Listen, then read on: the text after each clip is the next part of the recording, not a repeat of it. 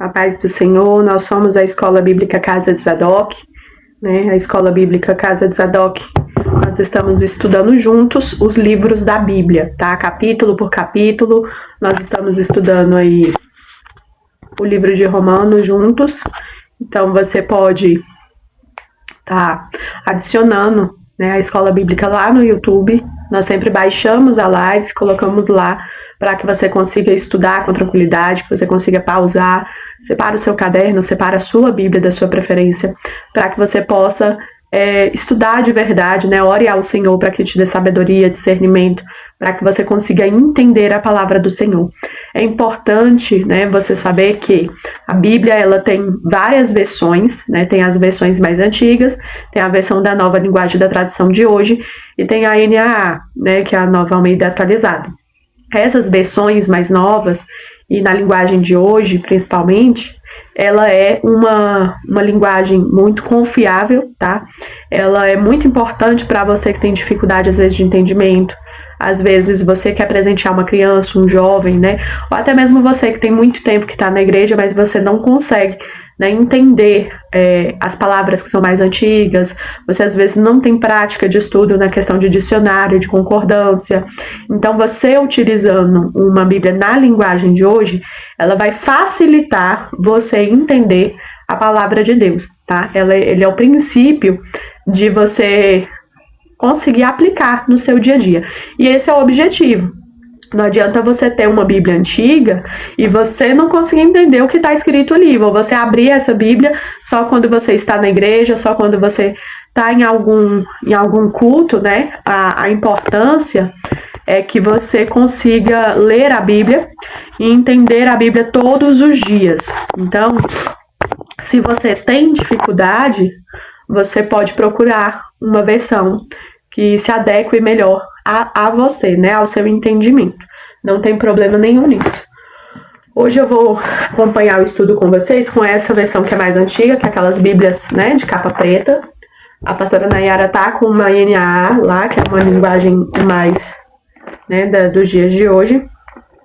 Enquanto a gente se organiza para estudar, você vai abrindo aí a sua Bíblia. Nós já estamos no final, que é o capítulo 15.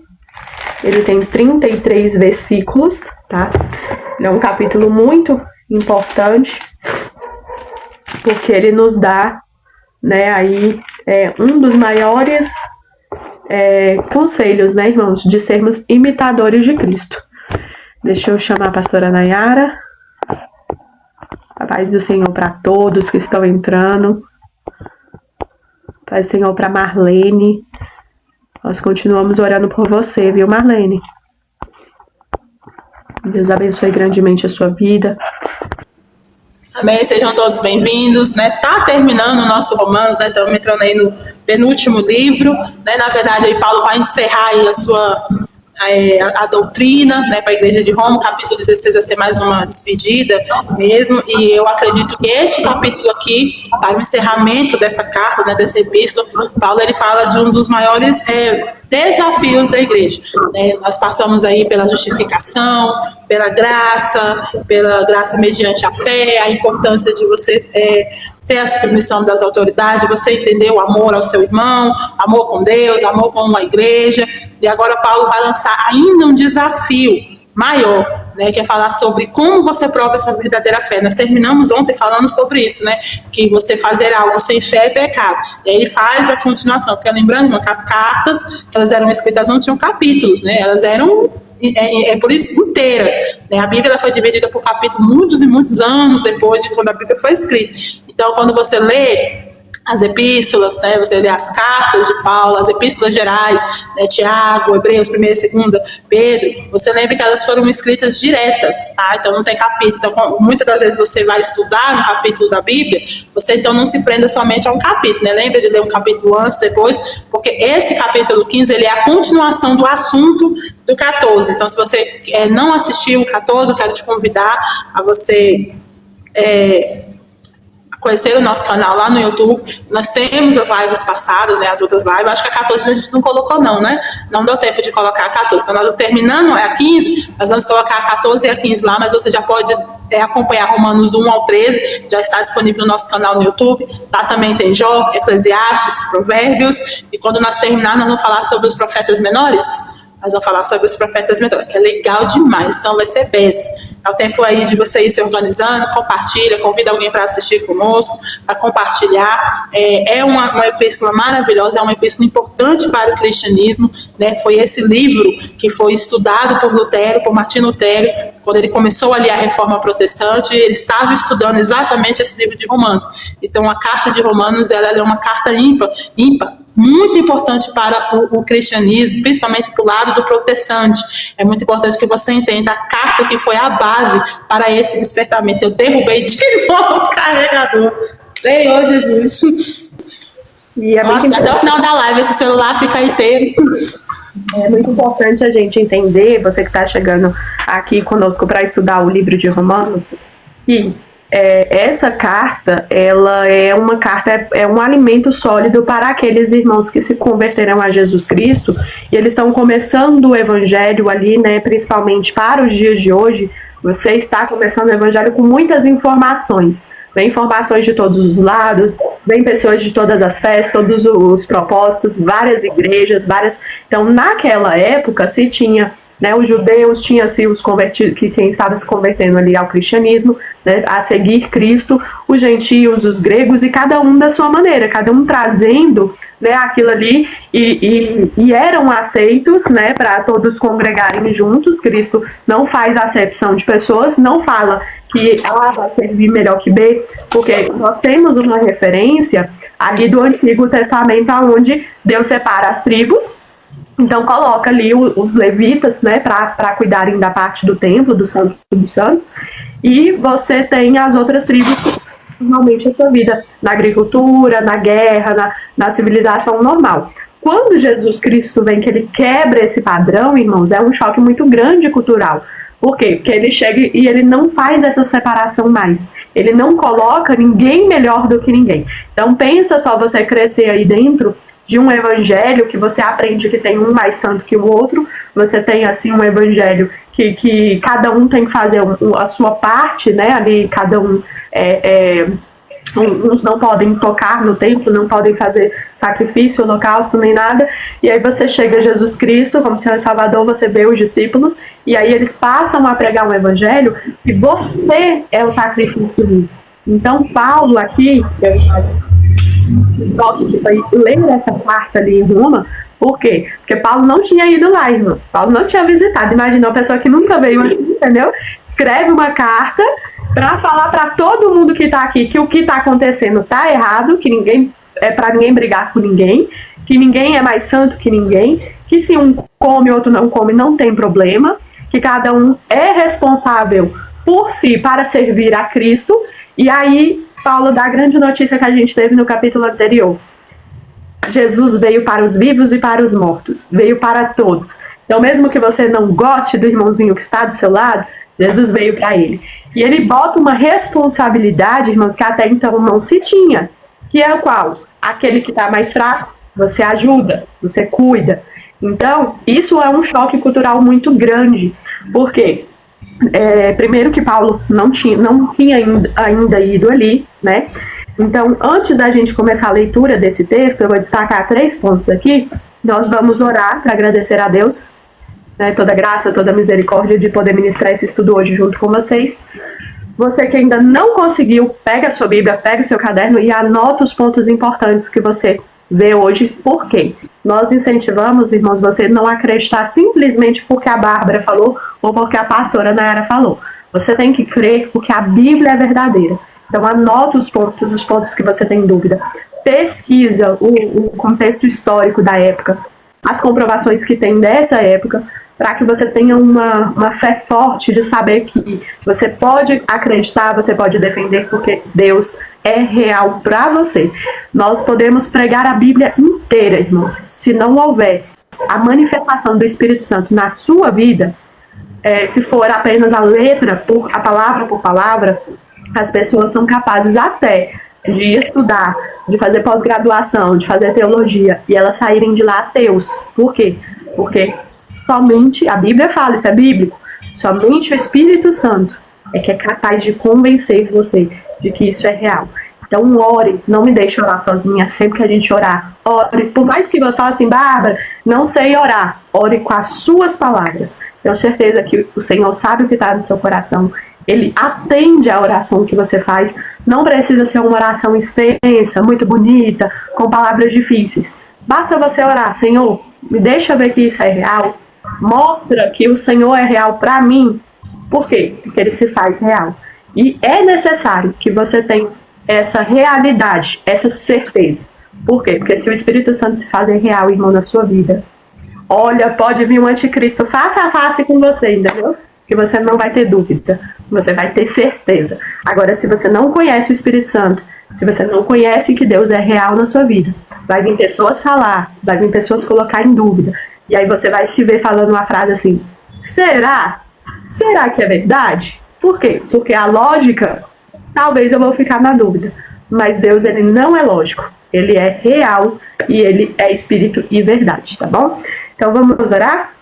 Senhor Deus Todo-Poderoso, Pai, muito obrigado pela tua graça, pela tua misericórdia e pelo teu cuidado. Pai, obrigado porque nós temos o fôlego da vida, Pai, para ministrar mais uma vez a tua palavra. Obrigado, Senhor, aonde este vídeo chegar, que a tua presença também chegue, Pai.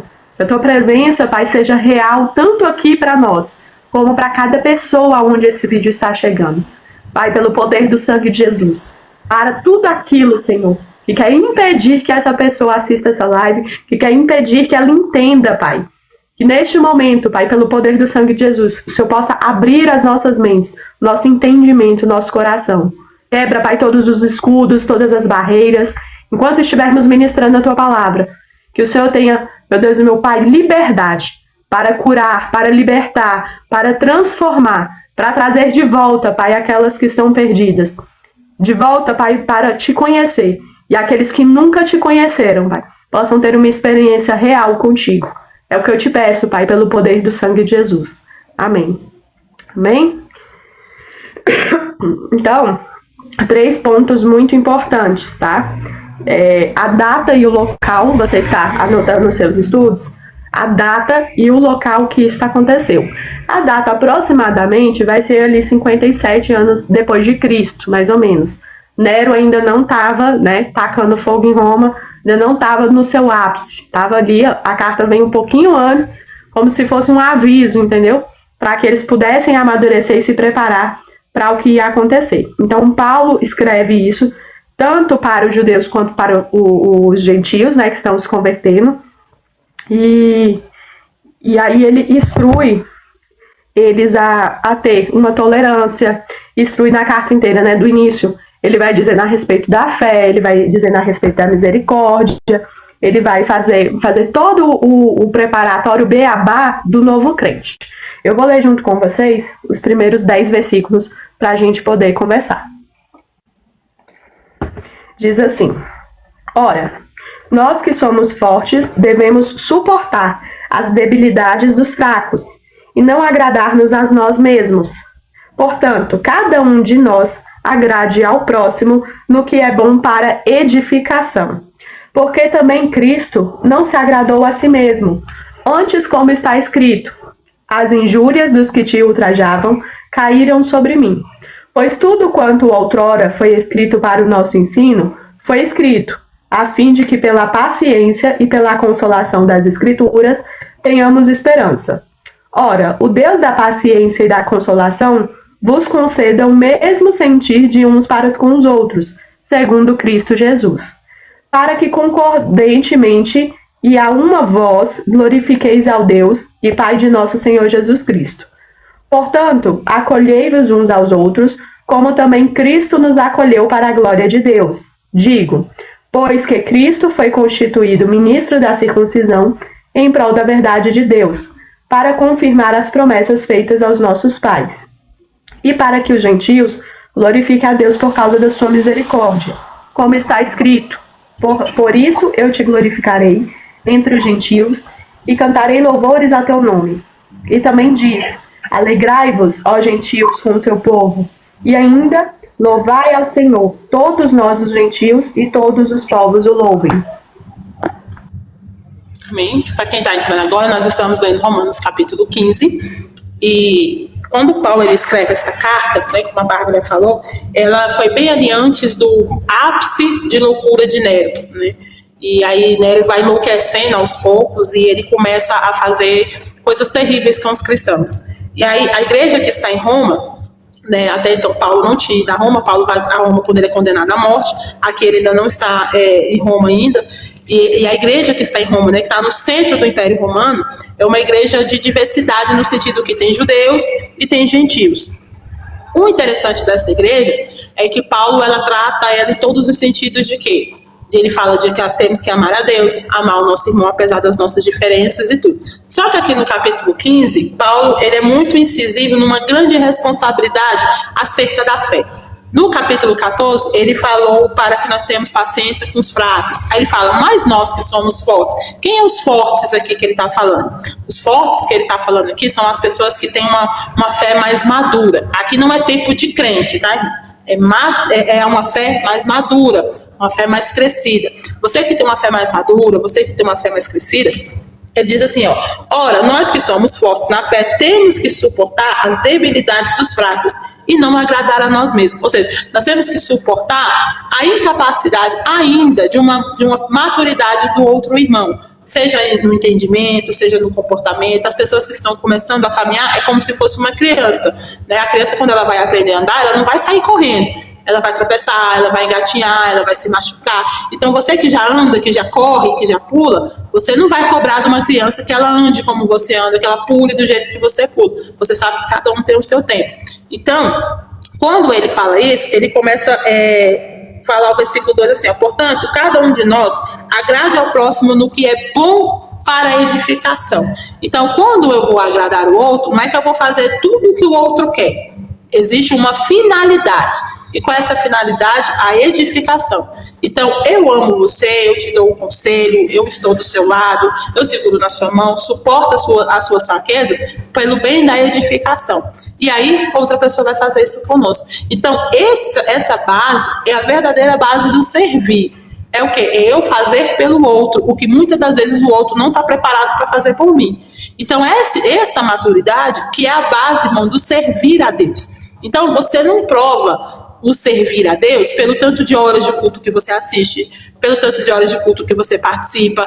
Eu sirvo a Deus, eu sou um bom servo porque eu vou em todos os cultos, eu vou em todas as programações, eu obedeço tudo que os meus líderes falam. A Bíblia está me ensinando aqui, você mostra a maturidade da sua fé pelo tanto que você ama o fraco, pelo tanto que você suporta o mais fraco. Isso é servir. É você fazer pelo outro, sabendo que ele não vai fazer a mesma coisa e que muitas das vezes ele não tem nem maturidade para isso. Então, hoje, o que nós aprendemos que é servir a Deus?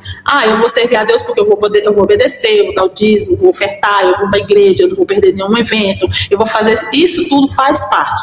Mas aqui no capítulo 15 está dizendo que o verdadeiro servir, você mostra o tanto que você serve a Deus, pelo tanto que você ama e pelo tanto que você suporta o outro. Isso é servir, é você servir o outro e não ser servido, mas servir o outro. À medida em que você tem maturidade da fé, mais servo do outro você se torna. E que como eu me torno servo do outro? Com os seus dons, com o seu talento, com o seu tempo, com a sua oferta, com a sua misericórdia, com a sua bondade, com a sua oração. Isso é você servir o outro. E esse outro que está sendo servido, ele muitas das vezes ele não vai ter a mesma maturidade de te devolver tudo isso. É por isso que você é o forte. Você entende isso, você tem maturidade para entender que você vai fazer uma coisa e você não vai receber nada em troca. Que você vai orar por uma pessoa que lá na frente ela não vai orar por você. Que você vai abraçar uma pessoa que lá na frente ela não vai abraçar você. Você precisa estar maduro o suficiente para entender. Então você que está aí, que quer aprender, eu quero fazer a obra de Deus. Você tem que ter a maturidade assim. Você está preparado para ser frustrado? Você está preparado para não receber um obrigado? Você está preparado de suar para servir alguém que nunca vai te fazer nada em troca? Se você não tem esse preparo, se você não tem essa maturidade, você não pode dizer que ainda está pronto para servir a obra, servir ao Senhor. Porque Paulo vai usar o exemplo do próprio Cristo aqui para os gentios. Ele fala, olha, Cristo ele se fez circuncidado, ele fez a circuncisão por vocês. Ele tomou o lugar que era de vocês. Ele tomou o lugar daquilo que era para vocês fazer. E ele fala assim, versículo 4, pois tudo que no passado foi escrito para o nosso ensino foi escrito a fim de que pela paciência e pela consolação das escrituras tenhamos esperança. Então tudo que nós aprendemos nas escrituras foi para nos trazermos paciência e esperança. O que Paulo está falando? Que tudo que é necessário para você ter a sua fé amadurecida, as escrituras apresentam para você. Então, qual é a importância de você aprender a palavra? O que nós incentivamos você a aprender? Para você amadurecer a sua fé. Quando nós vemos pessoas servindo a obra do Senhor, que ela quer largar tudo, eu vou embora, entendeu? Porque eu fiz pelo pastor, o pastor nunca me agradeceu, eu fiz pela a líder das irmãs, a irmã nunca me agradeceu, eu fiz pelo irmão, o irmão não me deu obrigado, o irmão nunca me agradeceu. Isso é falta de maturidade.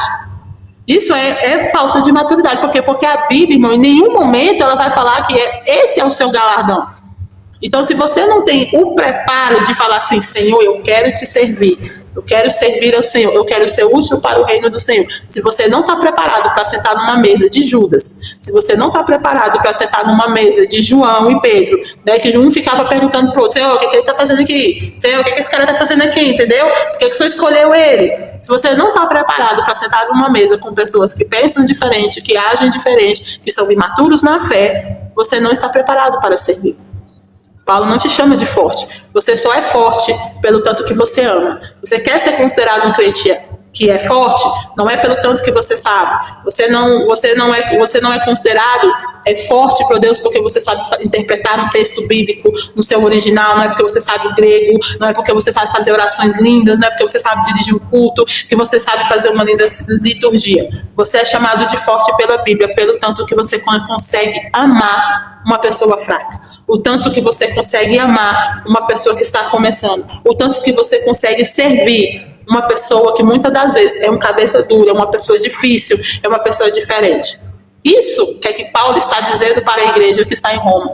Fala, olha, vocês são uma igreja que vão ser perseguidos lá na frente. Vocês precisam aprender a amar. Por que Paulo está falando isso? Como a Bárbara falou, Nero não tinha ainda, irmão, na cabeça dele, surtado ainda. Então, a igreja precisava amar uns aos outros. Por quê? Porque eu poderia perder a vida por causa da Bárbara. Por causa da Bárbara. Não era por minha causa. Se eu não amo o suficiente, você acha que alguém ia morrer por alguém? Olha, eu só preciso do endereço do pastor. Se você entregar o endereço do pastor, eu não vou fazer nada com você se você não amasse o suficiente. Se você não tivesse esse amor, você entregava o pai, a mãe, o periquito, o papagaio, você entregava todo mundo. Fala, pela minha vida, eu mostro o endereço da igreja para você, vou lá, te deixo lá na porta. Então, com a perseguição que viria, Paulo estava falando, vocês precisam aprender a amar. E outra coisa, vocês precisam aprender a cuidar do fraco, porque nem todo mundo, irmão, tinha essa maturidade. Paulo estava falando assim, entre linhas, alguns de vocês vão ser entregues porque um não suportou. Então você imagina, nós estamos numa reunião aqui na igreja de Roma, nós sabemos que um dos nossos irmãos foi entregue porque um não suportou. Você imagine o culto que essa pessoa, você fala, olha, essa criatura entregou o irmão porque ele não teve a maturidade da fé. O que você acha que a igreja ia fazer com essa pessoa, irmão? Tira ele de lá, ele não é maduro o suficiente. Ele não serve para estar junto conosco, porque ele não está no mesmo nível espiritual. Ele não está no mesmo nível. O que Paulo fala? Deixa ele aí. É muito fácil a gente falar isso hoje, irmãos. Agora você imagine naquela época, você saber que você poderia ser entregue por uma pessoa que não tinha maturidade suficiente e você tinha que amar aquela pessoa. Você tinha que amar ele. Você tinha que entender que nem todo mundo... Então, trazendo para os nossos dias de hoje... Aprenda que nem todo mundo tem a mesma maturidade de fé que você tem. Nem todo mundo vai ter o mesmo entendimento bíblico que você tem. Nem todo mundo vai ter a intimidade com Deus que você tem. Nós não estamos numa competição correndo. Você que é forte, a sua responsabilidade é amar o fraco e ter paciência com ele. E saber que na Escritura, a Escritura vai ensinar a paciência, a edificação para ele. E cabe a mim promover essa edificação. Se você é um obreiro, se você sabe muito, sabe, você tem acesso ao quarto céu, qual é a sua função? Qual é a sua função? Tornar que essa edificação seja possível. Você tornar que o ambiente de edificação, o ambiente que as pessoas estão reunidas, seja um ambiente que o fraco possa se tornar um forte um dia. Então, pastora, como é que eu faço isso? Use os dons e talentos que Deus te deu. Deus te deu talentos, Deus te deu o dom para você pregar, para você ministrar, para você orar pelos enfermos. Faça. Promova a glória de Deus através da sua vida. Entendeu? Faça isso para quem ainda não entende, para quem não compreende, para quem não consegue entender. Não se sinta melhor porque você está num nível espiritual maior. Não faça um clubinho, sabe, dos espirituais. A gente exclui aquele irmão que não está no nosso nível. Ele vai chegar aonde você chegou, porque um dia você também foi um fraco na fé. Um dia você também estava engateando, um dia você também começou. E alguém teve paciência com você, orou por você, alguém te ensinou. Então, Paulo, ele está dando um dos maiores desafios para essa igreja. Ele está falando a nós, e ele se inclui no meio disso. Ele fala, nós que somos fortes, nós temos que ter paciência. Nós temos que ser a ponte para o fraco. E Paulo, irmão, sabia muito bem do que ele estava falando. Por quê? Porque durante a caminhada de Paulo encontrou pessoas que começou com ele naquele gás. Sabe aquele gás assim, vamos todo mundo juntos e unidos? Na primeira perseguição, cada um tomou seu rumo, entendeu?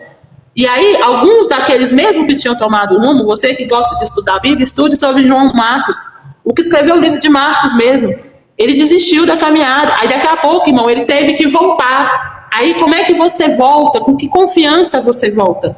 Paulo, na primeira vez, não confiou. Fala, não, ele nos abandonou. Só que aí Paulo daqui a pouco vai falar, tem que trazer ele de volta. Porque eu sou forte, eu tenho que aguentar o Marcos até ele amadurecer. Então, você que é líder, você que tem uma maturidade de fé, promova a edificação, suporte aquele irmão que está começando. Né? Você que ensina a palavra, tenha paciência com quem está começando a aprender este livro, irmão, que vai perguntar, se coloque disponível para que as pessoas possam aprender. Tenha disponibilidade. Se você não quer ter disponibilidade, se você não quer ter essa paciência, então não peça dom para Deus. Não peça talento, não peça para você servir, porque isso é tempo, é disponibilidade. Jesus se dispôs a vir a este mundo, morrer por um povo que não merecia, e ele veio para curar, ele veio para libertar, ele veio para expulsar os demônios, entendeu? Então ele se dispôs. O reino de Deus é feito, irmão, de quem se dispõe, e a disponibilidade é o amor. Então eu repito, você mostra o servo que você é, pelo tanto que você entrega em amor, não é em dinheiro, não é em presença unicamente, não, eu estou presente em todos os cultos. Isso não quer dizer nada, isso não quer dizer que você está servindo. Você pode estar lá sem amar, você pode estar lá porque você se sente obrigado a estar. Às vezes você está lá porque você quer que Deus dê um emprego para você, dê um carro, e quando acontecer você vai sumir de lá. A disponibilidade de quem quer servir é até quanto você suporta amar, até quanto você ama. E aí, Paulo está pregando para gentios e judeus e fala, até quanto vocês conseguem se amar? Até quando vocês vão deixar as diferenças religiosas, as diferenças teológicas? Até que ponto você consegue ir por causa do seu irmão? Então, até que ponto você consegue sentar com aquele irmão que não está no mesmo nível espiritual, bíblico, de você? Até que ponto você consegue amar ele, mesmo sabendo das falhas e das fraquezas dele? A igreja de Roma é uma igreja que estava sendo perseguida, que estava sendo entregue muitas das vezes por homens que não tinham a fé suficiente para suportar a perseguição. E mesmo assim essas pessoas tinham que ser recebidas. Então era difícil, não. Você imagina você sentar com uma pessoa que entregou o irmão, que o irmão está lá pendurado lá na cova lá, e tudo porque o irmão não teve fé, e você tem que suportar e entender que aquilo ali foi uma fragilidade de fé. E aí fica aqui o meu pedido aos obreiros da casa do Senhor: saiba receber o afastado que está voltando. Aquela pessoa caiu, aquela pessoa se afastou, ou aquela pessoa desviou, né? E aí aquela pessoa vai voltar, e a gente que nunca se afastou fala assim, não suportou, não foi forte o bastante. Você é forte, então suporta ele, suporta, traz ele de volta, deixa ele entender que a cadeira dele ainda está lá, entendeu? Que ele é importante para o reino. Você que se afastou, você que caiu, você que quebrou a sua aliança com Deus, você se sente fraco, você tem um caminho de volta, entendeu? E as pessoas que são fortes, você tem que entender a fragilidade dessa pessoa que está voltando. Seja o servo que faça. É melhor você ser o servo que faz festa do que ser o filho que não reconhece, na parábola do filho pródigo. Eu prefiro ser o servo que se alegra de que o filho perdido está voltando, do que ser o filho com privilégios que não reconhece isso. E é muito interessante, né, irmãos, que a carta de Romanos, ele vem numa crescente, né? Ele começa ali falando para os judeus e os gentios que eles não devem brigar, ele começa ali falando que ninguém é melhor do que ninguém, ele prega o respeito, ele prega o amor, ele fala a respeito dos dons, ele fala, olha, o Espírito Santo derramando sobre vocês os dons, vocês vão saber trabalhar juntos, porque o Espírito Santo, nós somos um corpo em Cristo.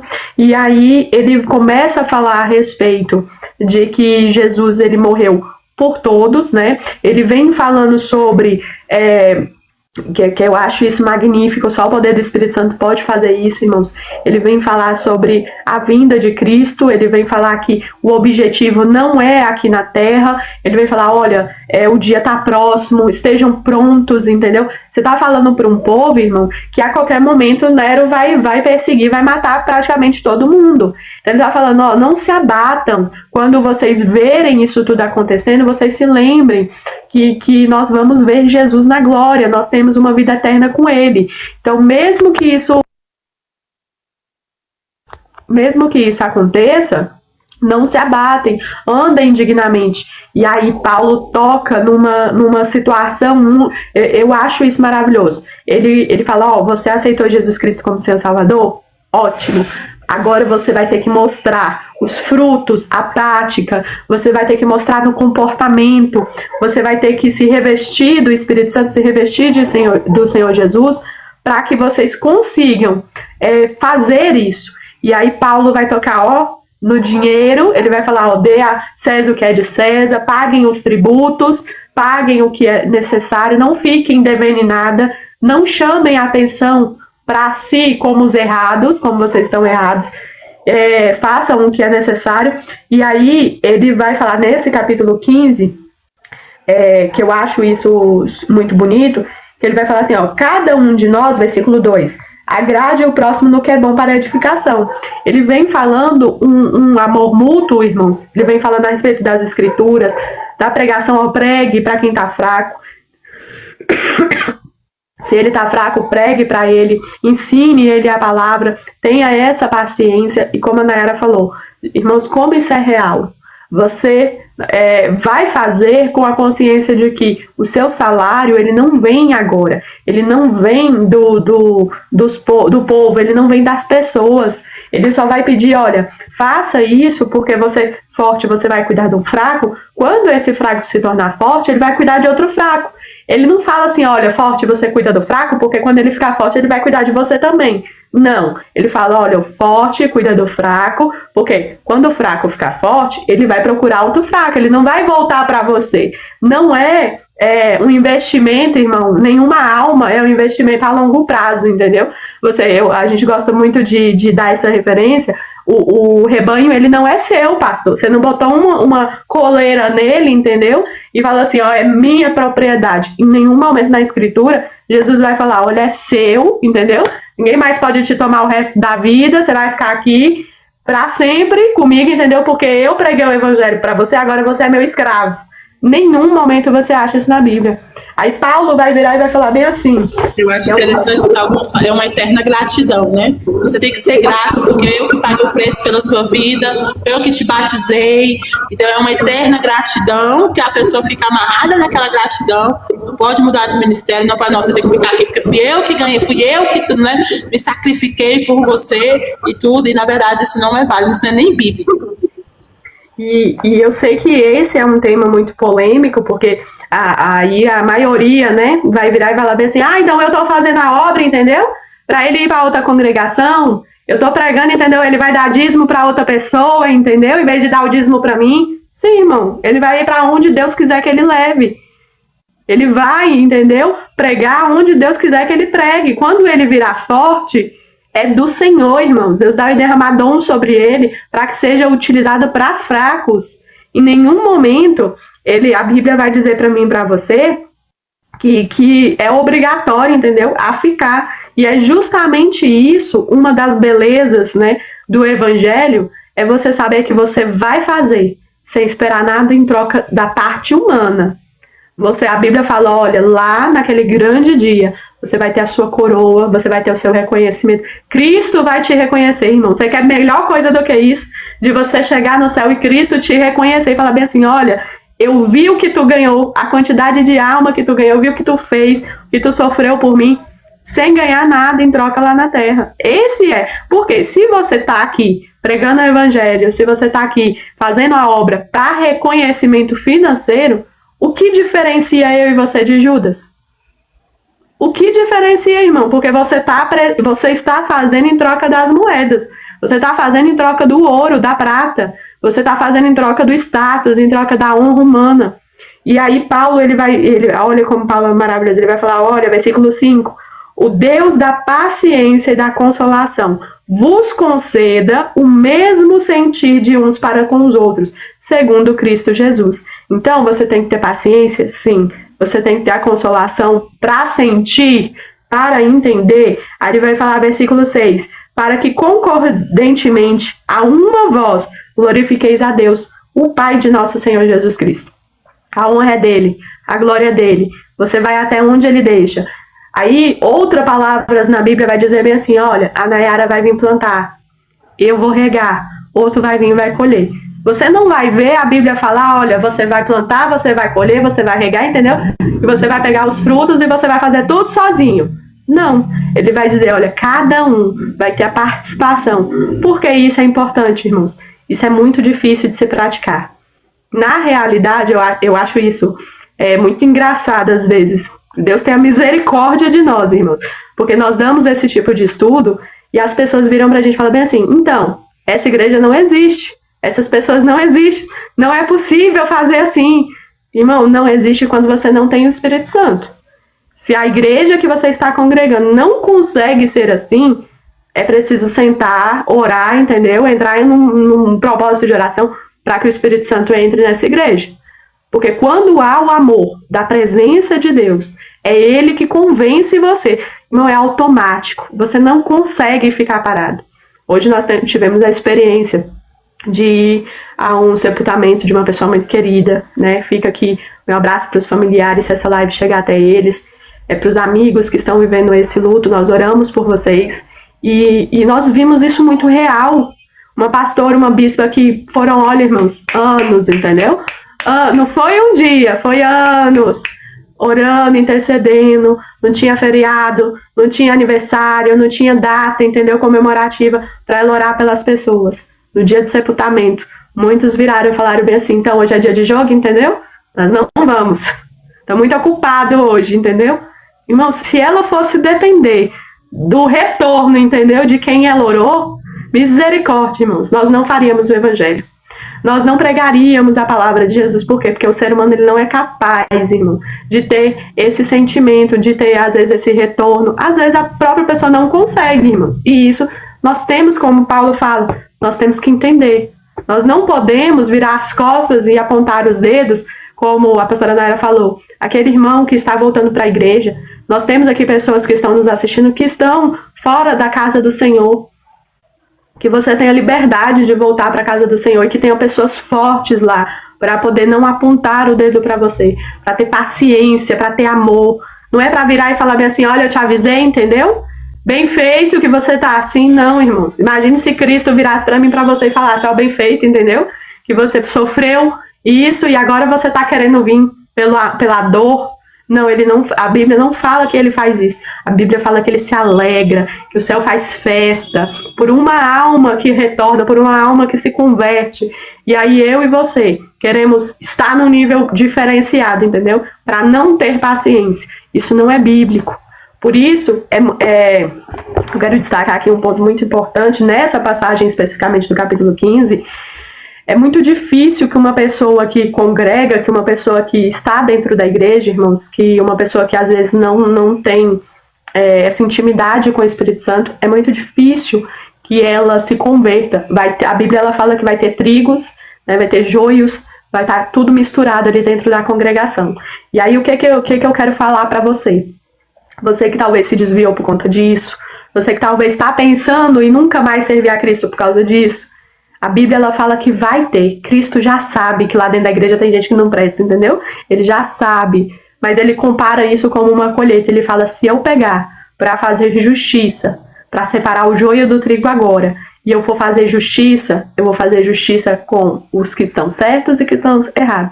Por quê? Porque a minha justiça, quando ela vem, ela não vai conseguir fazer essa diferença. A Bíblia fala que naquele grande dia, é que o Filho de Deus ele vai separar para que a justiça seja feita. Então, se ele fizer justiça agora ali na tua igreja, ele vai acabar pesando a mão sobre quem merece e quem não merece. Então Cristo já sabe que tem gente que não presta ali, mas ele fala, olha, que você sirva a Cristo, porque ele veio para os vivos e para os mortos. O que isso significa? A Bíblia, muitas das vezes, vai falar, pessoas vivas são aquelas que estão cheias do Espírito Santo, são aquelas que aceitaram Jesus Cristo como seu Salvador, estão numa caminhada com Cristo.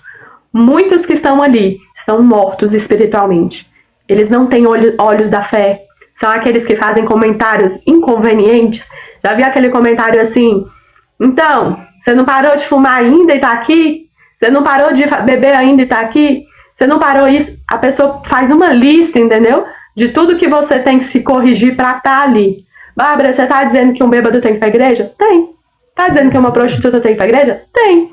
O evangelho, quando ele começou a ser pregado, irmãos, por Jesus na multidão, você não viu Jesus botar uma cerquinha ali, entendeu? E falar, então, tem uma cerquinha aqui, ó, só passa os que tá arrependido, entendeu? Só passa os que já se converteu, os que já parou, entendeu? Os que não parou, vocês ficam ali do outro lado. Jesus não separou. A Bíblia vai dizer, o Espírito Santo que vai convencer. Então, quem está no púlpito, os obreiros da casa do Senhor, os que estão servindo, eles são chamados de escravos, escravos de Cristo. Você não, como escravo, você não é dono da... Vou repetir de novo. Você não é dono do cordeiro, você não é dono da ovelha, você não é dono, entendeu, de quem está ali dentro da igreja. Não tem uma coleirinha com seu nome. Não foi você que pagou o sacrifício. O preço que você está pagando de orar, não é você que pagou sangue. O preço que você está pagando de orar pela pessoa é a sua obrigação, não é preço. Pare de falar que você está pagando preço por alguém. Você não paga preço por ninguém. Nem por tu que você conseguiu pagar preço. Então, tira a cerquinha, aceita todo mundo e deixa Cristo trabalhar. É para isso que nós oramos. E aí Paulo vai destacar isso aqui. Ele vai falar, olha, forte, você vai cuidar do fraco. Quando o fraco fica forte, ele não fala, fraco, você vai ficar forte para cuidar do forte. Ele vai falar, quando você ficar forte, você vai fazer isso com outra pessoa. Você vai se lembrar do que fizeram por você. As pessoas que chegam aqui para oração, eu costumo destacar isso muito. A pessoa fica numa gratidão, irmão. Tá certo. A gente fica grata à pessoa que tá fazendo algo pela gente, tá orando, tá recebendo, tá dando a palavra e tudo. Aí a pessoa fala assim, Bárbara, muito obrigada que você tá fazendo isso por mim. Meu irmão, você vai ouvir de mim bem assim. Tô fazendo nada mais que minha obrigação. Por quê? Fizeram por mim. Eu lembro o que Deus fez por mim. Fizeram por mim. Eu fico constrangida de você chegar aqui e eu não fazer por você. Não tô pagando preço por você. Não tô fazendo que eu sou a melhor pessoa do mundo, entendeu? Eu estou fazendo porque Cristo fez por mim. Botou pessoas para me ensinar. Botou o Espírito Santo para me constranger. Para poder transformar a minha mente. Para me fazer de fraco, me fazer forte. E aí, o mínimo que nós temos que fazer quando nos tornamos maduros na fé, estamos falando de maturidade. É você fazer isso por aqueles que estão fracos. Então, se você fizer isso dessa maneira, a obra, Deus sempre vai trazer, irmão. Você não precisa ficar preocupado com o aluguel da igreja. Se é Cristo que sustenta a obra, pode sair 10, entendeu? Deus vai trazer mais 10, mais 20. Ele sabe que tem que sustentar a obra. Não é você que sustenta a obra, irmão. Se Deus fechar todas as portas, tu não consegue pagar nada, tu não consegue fazer nada, tu não consegue trazer ninguém. Você pode pegar a Bíblia e pregar de Gênesis a Apocalipse. Se o Espírito Santo não quiser trazer as pessoas, não tem o que você faça. É Deus que traz. E da mesma maneira que ele traz, ele tira. Se ele vê que você não está cuidando do jeito que deveria cuidar. E aí ele vai continuar falando a respeito. Vamos ler do versículo 12 até ali, o versículo... Vamos ver um ponto final aqui. Vamos ler junto até o versículo 21. Aí a gente vai destacando os pontos. Também Isaías diz, haverá a raiz de Jessé, aquele que se levanta para governar os gentios. Nele os gentios esperarão. E o Deus da esperança vos encha de todo gozo e paz no vosso crer, para que sejais ricos de esperança e no poder do Espírito Santo. E certo estou, meus irmãos, sim, eu mesmo, a vosso respeito, de que estáis possuídos de bondade, cheios de todo conhecimento, aptos para vos admoestardes uns aos outros. Entretanto, vos escrevi em parte, mas ousadamente. Paulo sabia que o que ele estava falando, irmão, era um choque. como para vos trazer isto de novo à memória, por causa da graça que me foi outorgada por Deus, por causa do dom, tá? Para que eu seja ministro de Cristo Jesus entre os gentios, no sagrado encargo de anunciar o evangelho de Deus, de modo que a oferta deles seja aceitável, uma vez santificada pelo Espírito Santo. Tenho, pois, motivo de gloriar-me em Cristo Jesus, nas coisas concernentes a Deus, porque não ousarei discorrer sobre coisa alguma, senão sobre aquelas que Cristo fez por meu intermédio, para conduzir os gentios à obediência por palavra e por obras, por força de sinais e prodígios, pelo poder do Espírito Santo, de maneira que desde Jerusalém e circunvizinhanças até o Ilírico tenho divulgado o Evangelho de Cristo, esforçando-me deste modo por pregar o Evangelho, não onde Cristo já for anunciado, para não edificar sobre o fundamento alheio. Antes, como está escrito, hão de vê-lo aqueles que não tiveram notícia dele, e compreendê-lo os que nada tinham ouvido a seu respeito. E aí Paulo está terminando, né, as suas exortações, e aqui ele elogia a igreja de Roma. Ele fala, olha, eu sei que vocês são bondosos, eu sei que vocês têm conhecimento para vocês exortarem uns aos outros. E aqui, irmão, eu vejo uma maturidade da parte de Paulo com a igreja. Eu posso te exortar e eu sei que você tem maturidade para ouvir essa exortação. Quando você vê ali do Romanos do 1 ao 4, você vê Paulo, né, o ousadamente dele é maravilhoso. Eu fui muito ousado. Põe ousado nisso, porque as coisas que ele falou, irmão, era uma bomba em cima da outra. E ele faz isso numa clareza e numa certeza de que o quê? Eu sei que vocês estão entendendo. Então, irmão, não adianta a gente fazer cara de paisagem com o Espírito Santo. O Espírito Santo, eu não sei o que o senhor está falando, entendeu? Eu não sei o que o senhor está tratando. Sabe sim. Ele fala, eu sei porque vocês têm maturidade para entender. Se vocês têm maturidade para exortar uns aos outros, você tem maturidade para ser exortado. E eu acho isso maravilhoso. Se você tem maturidade para exortar o seu irmão, você também tem que ter maturidade quando a exortação vem sobre você. Quando o conserto vem sobre você. E aí ele faz algumas coisas pontuais, que é maravilhoso, que primeiro que ele fala assim, versículo 16, para que eu seja ministro de Cristo, de Cristo entre os gentios, no sagrado encargo de anunciar o evangelho de Deus, de modo que a oferta deles seja aceitável, uma vez santificadas pelo Espírito Santo. Paulo faz aqui um comparativo como se ele fosse um sacerdote, e os gentios fosse a oferta que ele fosse apresentar a Deus. E ele fala assim, olha, eu me faço de sacerdote para que vocês tenham uma vida transformada através do Espírito Santo. E aí ele fala sobre acerca do ministério dele, porque ele fala assim, 18, porque não ousarei falar sobre coisa alguma, a não ser sobre aquelas que Cristo fez por meio de mim, para conduzir os gentios à obediência por palavras e por obras. Ele fala, olha, eu não vou falar aquilo que Cristo fez, por meio de mim. Isso é tão maravilhoso, irmão, porque Paulo está falando, eu não tenho participação nenhuma. Foi Cristo por meio de mim que fez isso. Ele fala, ele fez isso com palavras e obras. E que obras eram essas? Sinais e prodígios pelo Espírito de Deus. Você não vê Paulo falar assim, é porque eu preguei muito bem, entendeu? Eu ministrei, aí vocês ficaram tão emocionados que não tinha outra escolha a não ser aceitar a Jesus. Você vê Paulo falar assim, olha, foi por meio de mim. Eu fiz só um fio transmissor. Sabe esse aquele fio que você põe na tomada e que você liga o celular? O carregador não pode falar assim, o mérito é meu. Não, ele foi só a ponte para a eletricidade passar de um ponto a outro. Ele é a ponte, assim, ele foi o meio. Ele fala assim, olha, foi por meio de mim. Eu fui só o instrumento. Tudo que aconteceu foi o Senhor. E aí ele fala uma qualidade, ele fala por meio da palavra, que é o ensino, né, do ensino da palavra. Ele falou, e pelos prodígios do Espírito Santo. Irmão, a igreja, ela era pautada por essas duas partes. Ele fala, eu me fiz ministro dos gentios porque eu não queria fazer um alicerce acima de outro. O que é que Paulo decidiu? Eu quero pregar o evangelho onde ninguém pregou. Porque se eu pregar no evangelho onde alguém pregou, alguém vai falar, olha, essa cidade já tem um alicerce do Filipe, entendeu? Ele fala, então eu vou no lugar onde ninguém foi. Vou levar o evangelho onde ninguém foi. Ele fala assim, então eu vou de dois modos. Eu vou com o ensino e com o poder do Espírito Santo. Irmão, enquanto a igreja estava alicerçada dessas duas partes, palavra e poder de Deus através do Espírito, através dos dons, a igreja cresceu, independente de império, independente de imperador, independente de guerras, independente de brigas. Podia estar acontecendo o que for, enquanto a igreja ela era pautada na palavra, no ensino da palavra e no poder do Espírito Santo através dos dons, a igreja fluía. Para você ter uma ideia, a época de Paulo era muito pior do que a nossa. Muito, você põe muito mesmo, porque nós não vemos cristãos pegando fogo nas praças, a gente não vê ninguém sendo empalhado vivo, nós não estamos vendo ninguém sendo morto a título de teatro, não. Então, para a gente falar que nós estamos vivendo uma perseguição, não vamos usar o nome perseguição aqui. A perseguição era os cristãos da época de Paulo. E eles falavam assim, eles conseguiam ver o poder de Deus.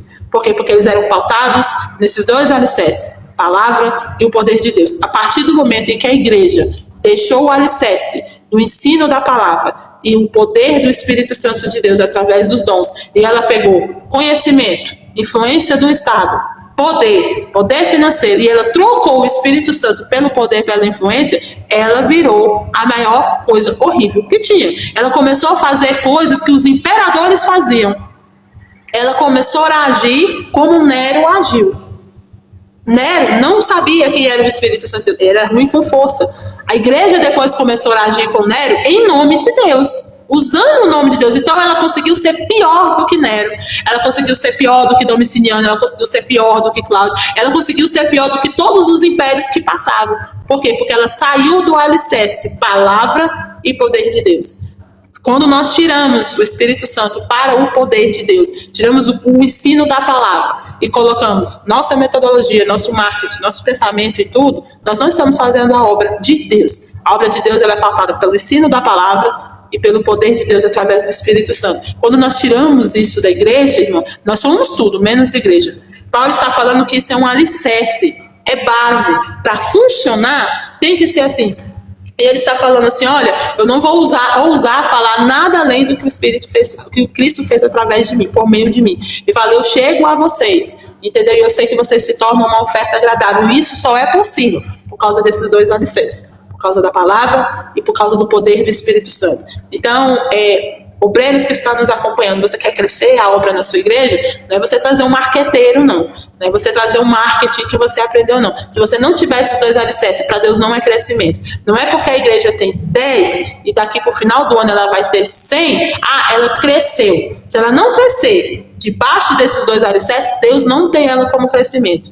Você sabe o que é crescimento do reino? Você começou com 10 membros. Você vai terminar o ano com 10 membros. Pastora, não cresceu. Esses 10 membros, sabe quem é o Espírito Santo?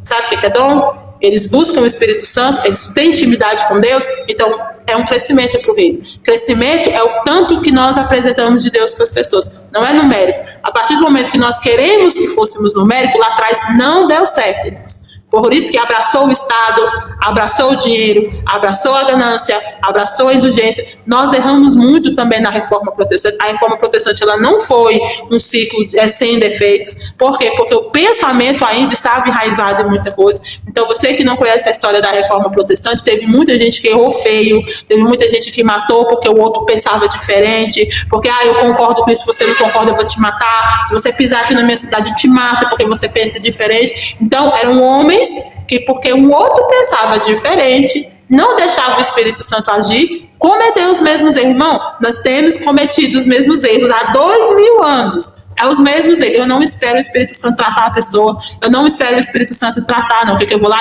e mato, imponho a minha ideia. Nós fizemos isso quando nos tornamos constitucional, como igreja católica. Quando viemos para a Reforma Protestante, a gente fez os mesmos erros de novo.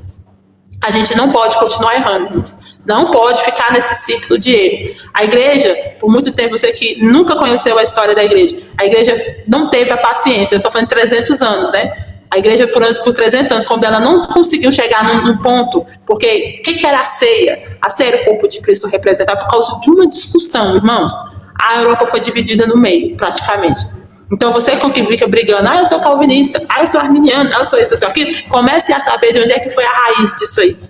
Entendeu? Comece a pesquisar onde é que foi a raiz dessas brigas. Foram pessoas que não tiveram a capacidade de esperar o Espírito Santo falar. Cada um quis fazer assim, eu penso assim, a Bárbara pensa desse jeito, então o meu grupo para cá, o grupo da Bárbara para lá. Entendeu? Todas as vezes que a igreja tomou esse posicionamento, irmão, de tirar o alicerce de Cristo para mostrar o alicerce do que a Nayara acha, do que o fulano acha, do que o ciclano acha, pessoas morreram.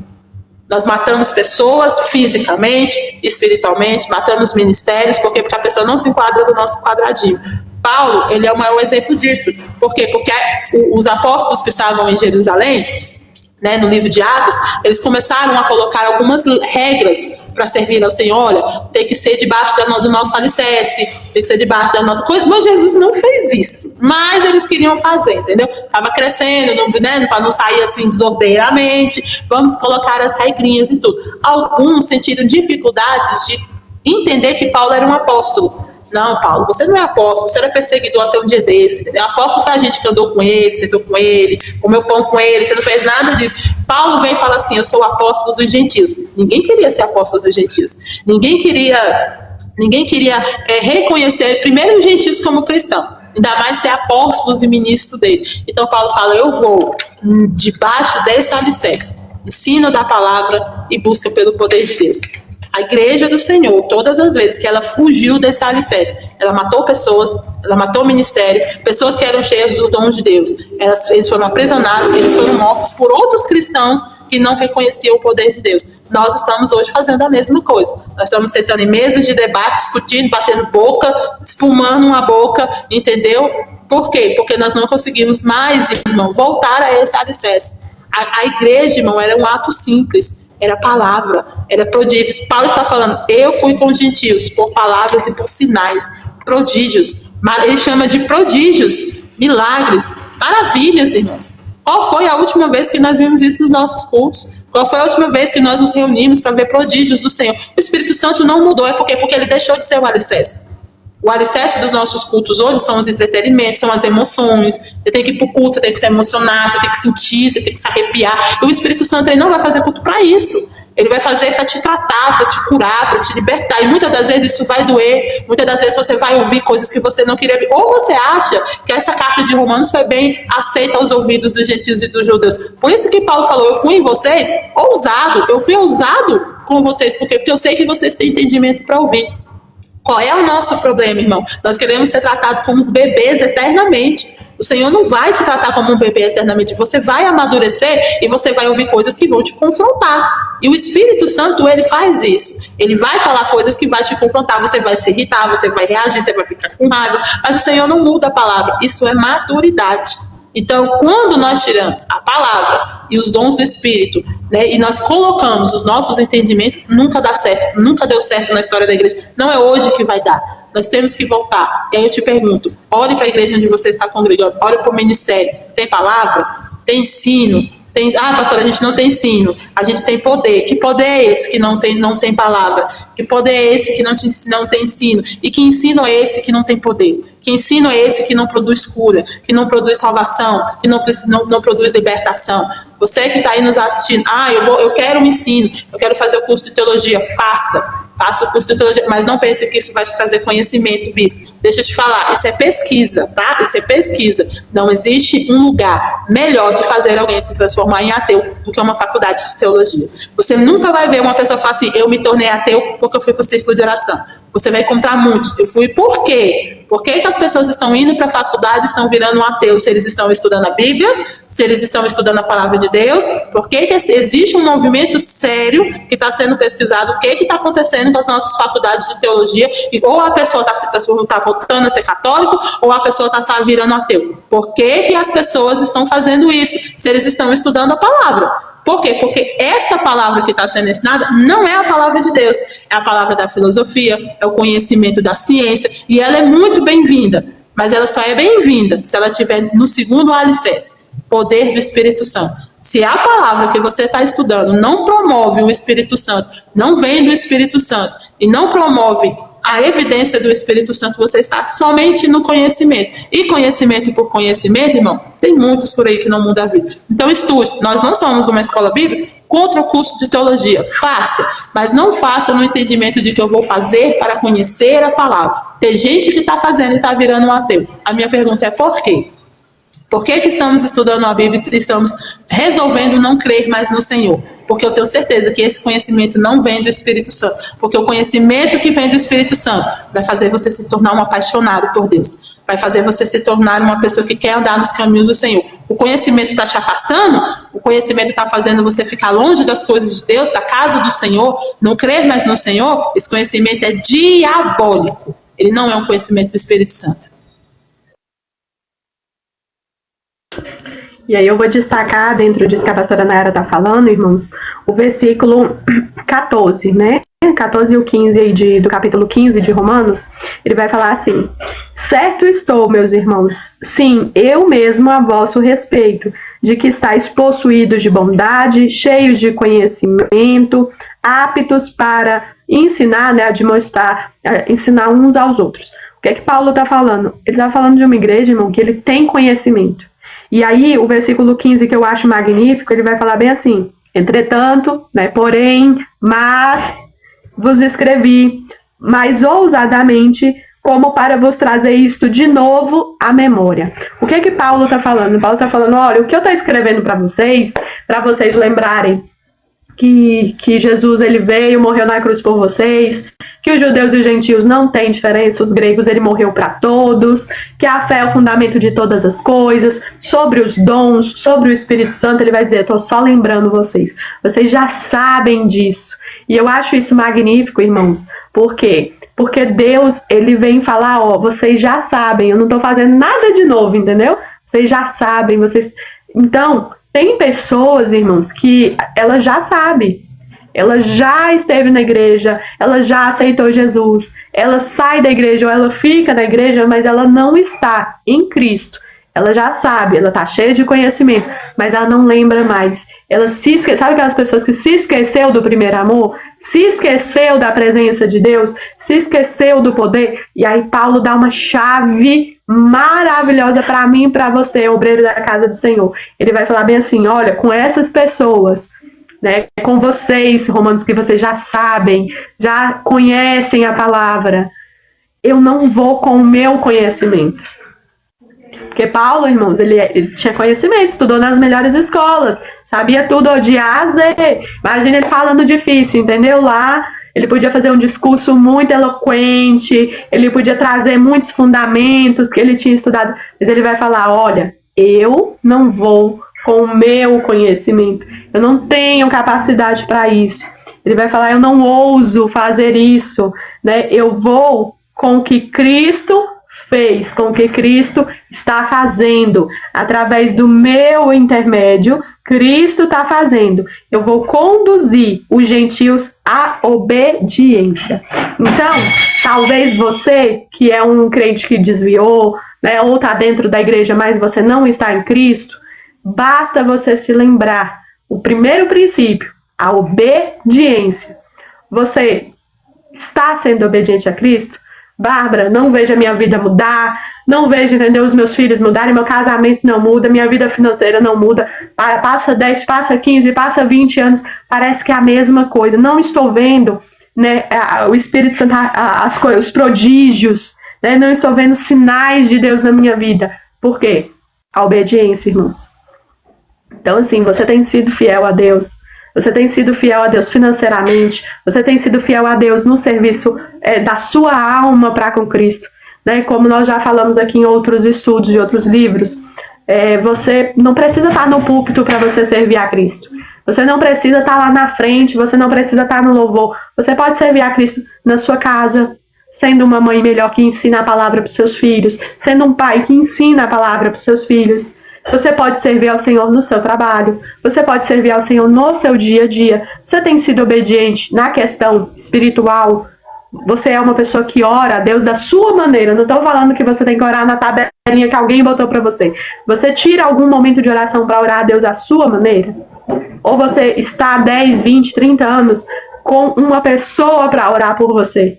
Hoje nós vimos pessoas desesperadas, irmãos. Assim, entendeu? A pessoa que orava pela gente não está mais aqui. O que a gente vai fazer? Irmãos, aprenda a orar por você. Não dependa que outra pessoa... Não tem mais isso. O véu, ele se rasgou. Você tem acesso ao Espírito Santo. Você tem acesso a Deus. Eu falo, Senhor, me ensina a orar. Eu nunca aprendi a orar, entendeu? Me ensina a orar, me ensina a jejuar. Me ensina, Senhor, como ser uma pessoa dizimista. Me dá força, Senhor, para ofertar na vida das pessoas, né, ver uma pessoa que está passando necessidade, eu ajudar. Mas eu achei assim magnífico. Uma igreja que passou essa semana por aqui, ela colocou os jovens para recolher alimentos, né? Colocou os jovens para fazer ação social. Irmãos, eu acho isso magnífico. Você conseguir tirar uma criança, você conseguir tirar um jovem do computador, do celular, do tablet, da TV, para ele se importar, entendeu? E montar uma cesta para doar para alguém. Isso é magnífico, irmão. Então, parece muito pouco, mas espiritualmente isso tem um poder tremendo. Talvez você está esperando, entendeu, que desça raios do céu, uma voz, aparece uns anjos com umas asas. Não, irmãos, no pouco que você pode fazer pela sua igreja, como nós ficamos sabendo que tem congregações que estão fazendo rifa, estão fazendo vaquinha para comprar ventilador para os idosos da igreja. Irmãos, é as obras que Paulo está chamando a fazer. Ele está falando, olha, tem pessoas aí ao seu redor, fracas, que não dão conta mais. Às vezes essa pessoa tem uma vida inteira de intercessão e de oração por todo mundo. Chegou a idade, ele não consegue mais sair de casa. Será que você é capaz de ir lá sentar com ele para tomar um café, para orar por ele? Não é para comer tudo que ele tem dentro de casa, não, irmão. Para sentar lá e orar, entendeu? Orar, falar, ó, eu vim aqui só tomar uma água e orar por você. E estou indo embora. Porque hoje nós queremos, entendeu? Tirar foto, filmar. Ó, peraí que eu vou filmar, entendeu? Que a gente tá aqui e olha, tô aqui fazendo ação com o irmão, entendeu?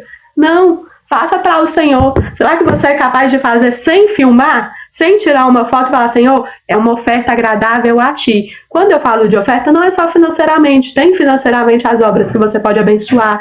Você pode procurar igrejas que o pastor não está dando conta de pagar o aluguel, irmão. Mas ele é um pastor de oração, entendeu?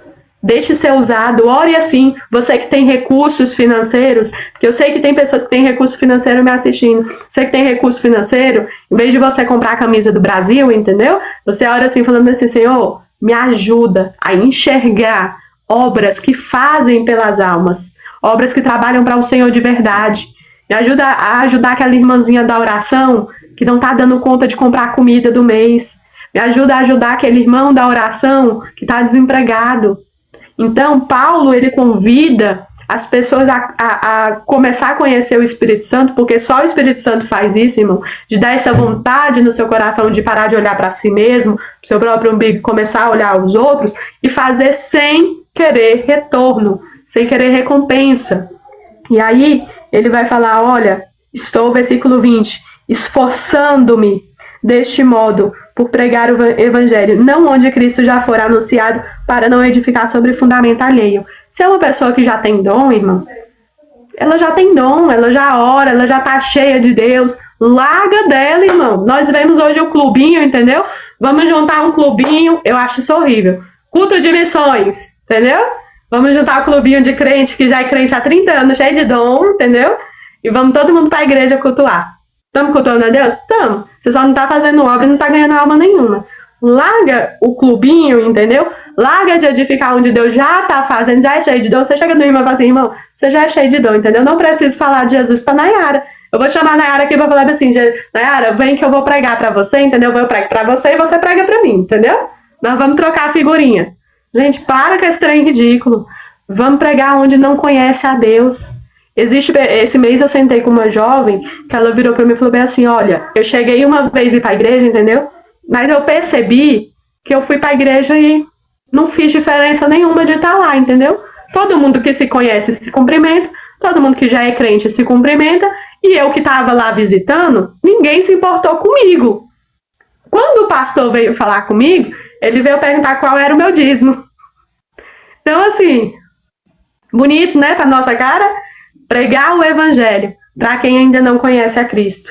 Socorrer uma alma de quem está fraca, quem não consegue orar. Pare 10 minutos para conversar com uma pessoa, para você ouvir a pessoa. E aí você vai ouvir às vezes de uma pessoa assim, Bárbara, eu não estou dando conta de orar. Essa pessoa, irmã, ela está fraca. Então é essa pessoa que você tem que estar junto para orar. Vamos orar junto. Até você ficar forte. Quando você der conta de orar, larga dela, vai para outro fraco. Você não gruda nela, entendeu? Fala, vai ficar mais forte aqui, entendeu? Vamos andar de conjuntinho. Não tem problema, irmãos. Lógico, círculo de oração, 4, 5 irmãs. Cada um tem dom diferente. Deus usa cada um como quer. Vai junto fazer a obra. Mas qual que é o problema? Aquilo que a Nayara falou. nós paramos de perguntar para Deus, para o dono da obra, para o Espírito Santo: Senhor, quem o Senhor quer que vá? Como o Senhor quer o culto? Qual louvor tem que ser entoado? Qual pregação tem que ser feita? Nós pegamos um hino muito bonito, entendeu? Tá na moda. Todo mundo vai adorar esse hino, ó. Bota lá no telão, bota o jogo de luz, tut, tut, tut. Todo mundo vai adorar, entendeu? Não vamos perguntar para o Espírito Santo: qual hino, Espírito Santo, você quer que coloque? Quem que o Senhor quer que pregue? Vamos fazer uma visita, quem você quer que vá? Não, pega o clubinho inteiro, entendeu? Vamos todo mundo para visitar alguém. Vira aquela bagunça, ninguém visita ninguém, ninguém fala com ninguém, ninguém ouve ninguém. A pessoa que está precisando de oração não dá conta de falar o que ela está precisando, não dá conta de desabafar, não dá conta de receber uma oração, porque virou uma reunião, e aí vamos ser a polêmica da noite, né? Vira um chá de mulheres, que todo mundo se abraça, se beija, entendeu? Vai maquiada para tirar foto. Eu acho isso sensacional, irmã. Nós fomos convidadas para vários chás, tá? Muito bom, as irmãs fazem chás maravilhosos, muito bem decorados, entendeu? Mas, no final, se pergunte: Deus, nesse chá, qual alma foi socorrida? Qual família, qual mulher nós oramos para que o filho dela que está nas drogas venha sair das drogas? Qual casa a gente orou para que o casamento que está sendo desfeito, ele não seja desfeito e Deus faça um casamento firme? Porque esse é o sentido do forte, entendeu? Pega aquele clubinho de mulher casada, entendeu? Nós somos casados, nós temos o papel. Olha aqui, casada, entendeu? Vamos visitar as não casadas para jogar na cara que a gente é casado, entendeu? Mas não são dignas da gente orar para dizer assim: Senhor, faz um casamento aqui. Vamos unir a igreja, entendeu? Eles não casaram por condição financeira. Vamos unir a igreja, vamos fazer o casamento deles. Vamos um dar o doce, um dar comida, o outro dar ornamentação. Irmão, meu casamento foi todo ganhado. Deus tocou no coração de um monte de gente. Cada um deu uma coisa, ficou lindo, ficou maravilhoso. Parece que, perguntaram pra gente assim: nossa, vocês escolheram a paleta das cores. Irmão, não escolhemos nada, entendeu? Deus deu tudo combinadinho. Ficou lindo. Mas tá faltando o quê? O forte ajudar o fraco. Mas não, nós juntamos, entendeu? O clubinho dos fortes para falar: nós somos melhores, entendeu? Vocês são piores, então bota vocês ali no canto até você desistir e sair da igreja falando que Deus não existe, achando que Deus não ouviu, Deus não viu, Deus não fez nada. E aí eu toco naquelas pessoas que, porventura, você se desviou da igreja e você falou essa frase: aonde estava Deus que não viu o que eu estava passando? Irmão, Deus viu. Deus só não tinha espaço na igreja para falar, entendeu? Deus só não tinha lugar para falar, para poder fazer alguma coisa. A partir do momento que a igreja dá espaço, Deus cura, Deus liberta, Deus transforma, Deus faz prodígios, Deus faz maravilhas. E nós podemos falar isso porque, como Paulo, nós podemos falar o que Deus fez por nós, o que Deus está fazendo em nós. Nós só estamos pregando aquilo que Deus está fazendo, irmãos, em nós. Por isso nós temos a certeza. Você pode estar do outro lado, você pode falar para quem você quiser: ah, mas isso não é assim. Você não muda a minha opinião. Eu conheço Deus que eu creio. Eu tive certeza. Eu vi os prodígios de Deus. Nada muda quem vê, o Espírito Santo. Por isso, vou terminar aqui, ler os versículos seguintes, 22 ao 29. Por isso, peça a Deus que você conheça, que você saiba, que você tenha manifestação do Espírito Santo na sua vida. Só o poder de Deus faz com que você não se desvie. Versículo 22. Essa foi a razão porque também muitas vezes me senti impedido de visitar-vos. Mas agora, não tendo já campo de atividade nessas regiões e desejando há muito visitar-vos, penso em fazê-lo quando em viagem para a Espanha, pois espero que de passagem estarei convosco e que para lá seja por vós encaminhado, depois de haver primeiro desfrutado um pouco a vossa companhia. Mas agora estou de partida para Jerusalém, a serviço dos santos, porque aprouve a Macedônia e a Acaia levantar uma coleta em benefício dos pobres dentre os santos que vivem em Jerusalém. Isto lhes pareceu bem, e mesmo lhes são devedores, porque se os gentios têm sido participantes dos valores espirituais dos judeus, devem também servi-los com bens materiais. Tendo, pois, concluído isto, e havendo-lhes consignado este fruto, passando por vós, irei à Espanha. E bem sei que, ao visitar-vos, irei na plenitude da bênção de Cristo. Essa parte que Paulo vai falar agora, até o final do capítulo, irmão, cabe ali um curso bíblico aqui. Cabe ali um curso bíblico perfeito aqui. Paulo está, primeiro, ele fala assim, há anos eu desejo estar com vocês, visitar vocês, estar junto de vocês e fui impedido, e hoje vejo que não tenho como chegar a essa região. A questão tanto do espaço, transporte, perseguição, todas as partes. E o interessante que eu acho nisso é que você que quer fazer a obra do Senhor, você que quer servir ao Senhor, aprenda uma coisa, você nunca vai fazer onde quer. Nunca vai fazer o que quer. Não. Se você está achando que eu vou porque eu quero ser pastor dessa igreja, entendeu? Eu quero cantar isso aqui, eu quero ministrar assim. Se você já tem um direcionamento seu, não vai dar certo. Desculpe lhe frustrar. Não vai dar certo. Nós estamos falando de um homem que tem contato para fazer prodígios e maravilhas no nome do Senhor. Ele só queria visitar uma igreja, irmãos. Ele falou, eu quero ir há anos. Então ele não está falando de uma coisa de meses. E ele não está dizendo assim, eu quero ir pregar. Ele falou assim, eu só queria ir ver vocês, entendeu? Eu só queria só ir ver vocês. E Deus falou, não, por quê? Porque eu tinha outras responsabilidades. Por causa da responsabilidade do ministério, vai ter lugares que você vai que você não quer ir. Vai ter pessoas que você vai visitar que você não vai querer ir. Paulo estava pregando em lugares, irmão, que ou se todo mundo fosse que nem Roma, ele fala, lá em Roma eles iam me tratar tão bem, sabe? Eles iam me escutar, eles iam orar por mim. E ele está em lugar que ninguém está fazendo isso por ele. E ele fala assim, eu estou a serviço dos santos. Ele estava fazendo uma viagem, irmão, porque os gentios tinham recolhido uma oferta para os judeus que estavam passando a necessidade em Jerusalém. Por quê? Aqui é outra lição sobre oferta. Aqui. Por quê? Porque agora os judeus que estão se transformando em cristão, eles não tinham direito mais àquele dízimo do templo, tá? Porque o dízimo era para os judeus. Eles que estão tornando cristão agora, eles não tinham mais esse direito de serem ajudados com o dinheiro e a oferta do templo. Então, como eles eram ajudados?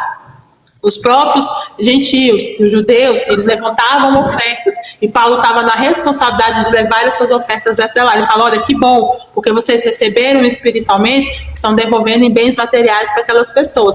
Então, essas ofertas, elas eram voluntárias, tocadas pelo Espírito Santo para os outros. Então, Paulo fala assim, olha, então, por causa dessa viagem, eu não posso ir até vocês. Então, aprenda uma coisa ministerialmente. Você não ora por quem você quer, você não vai liderar somente quem te aceita, quem concorda com você. Você não vai congregar só com pares, entendeu?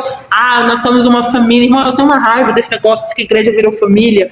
Nós somos a church família. Não é família no sentido de todo mundo se abraçar e vai se amar, entendeu? Não existe isso. Nós somos a família de Cristo.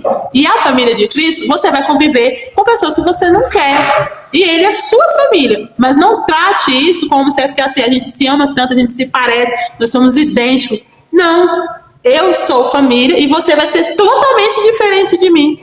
Você vai fazer coisas, irmão, servir pessoas ingratas, chatas, enjoadas, que nunca vai reconhecer Cristo, que nunca vai reconhecer o dom da sua vida.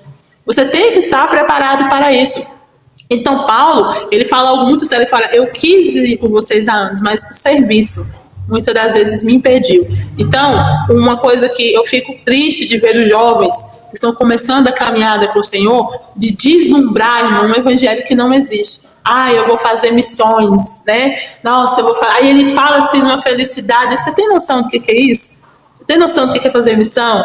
De você chegar lá, você comer a comida que lhe oferecerem, dormir no quarto que te oferecerem, quando tem um quarto, você aceitar o que está sendo oferecido a você. Sabe, jovem, você não gosta da comida da sua mãe, que ela faz do jeito que você quiser. Você está indo fazer missão, você vai ter que comer o que tem. Você vai ter que dormir onde dá. Você vai ter que fazer o que puder por causa do evangelho. Missão não é turismo, sabe? Missão não é férias. Não é férias, é por almas. E por causa de almas, você vai ter que passar por coisas que você não está preparado e não queria passar.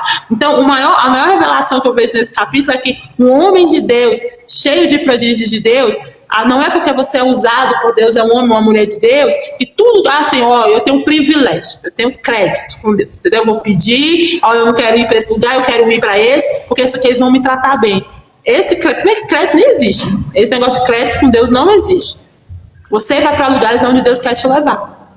Não é para onde você quer ir. Você nunca vai pregar para só quem você quer. Eu vou orar pela Bárbara, minha amiga, então eu vou pagar o preço por ela, entendeu? Aí o Senhor coloca você para pagar o preço por uma pessoa que você fala, sério, vou ter que levantar de madrugada por essa pessoa. É o ministério. Talvez essa é a parte que nunca te contaram, né? A parte que os cursos de obreiros não te contam, os cursos ministeriais, né? Os cursos de coach, vem aprender a ser pastor, né? Aí o pastor, no sentido, você vai ser pai. Não, você não vai ser pai, você vai ser pastor.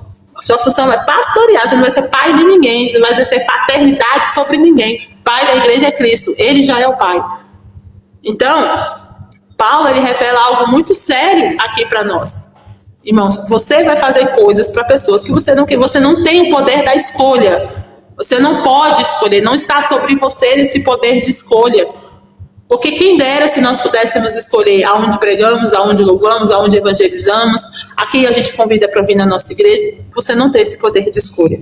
E aí uma outra parte que eu acho interessante também é que ele fala assim, a partir do versículo da colheita, cadê aqui? Versículo 27. Isto lhe pareceu bem, e de fato eles são devedores, porque se os gentios têm sido participantes dos valores espirituais dos judeus, devem também servi-los com bens materiais. Parece que Paulo está cobrando, né? Olha, se você aprendeu dos judeus, você tem que pagar, entendeu? O que é esse devedor que Paulo está falando aqui? O devedor no sentido de uma gratidão, irmão, não cobrada, até porque os judeus que os gentios estão ofertando nunca chegaram a eles. Então não é assim, eu que preguei, tu tem que pagar eu, entendeu? É para mim. O que a Bárbara falou, você vai ser um fraco que vai se tornar um forte para ajudar um outro fraco. E aí Paulo está falando, olha, vocês são devedores, vocês têm que ajudar com os bens materiais. Mas não é os judeus que pregaram para eles, são outros. São outros judeus que se encontram fracos. Ou seja, eles encontraram judeus fortes, que pregaram para eles, eles conheceram Jesus, reconheceram Cristo como Salvador, se tornaram cristãos. Agora eles vão ajudar os judeus fracos, que não são os mesmos judeus. Então você que é obreiro da casa do Senhor, libere o seu coração. Ensine os seus liderados a não serem gratos a você.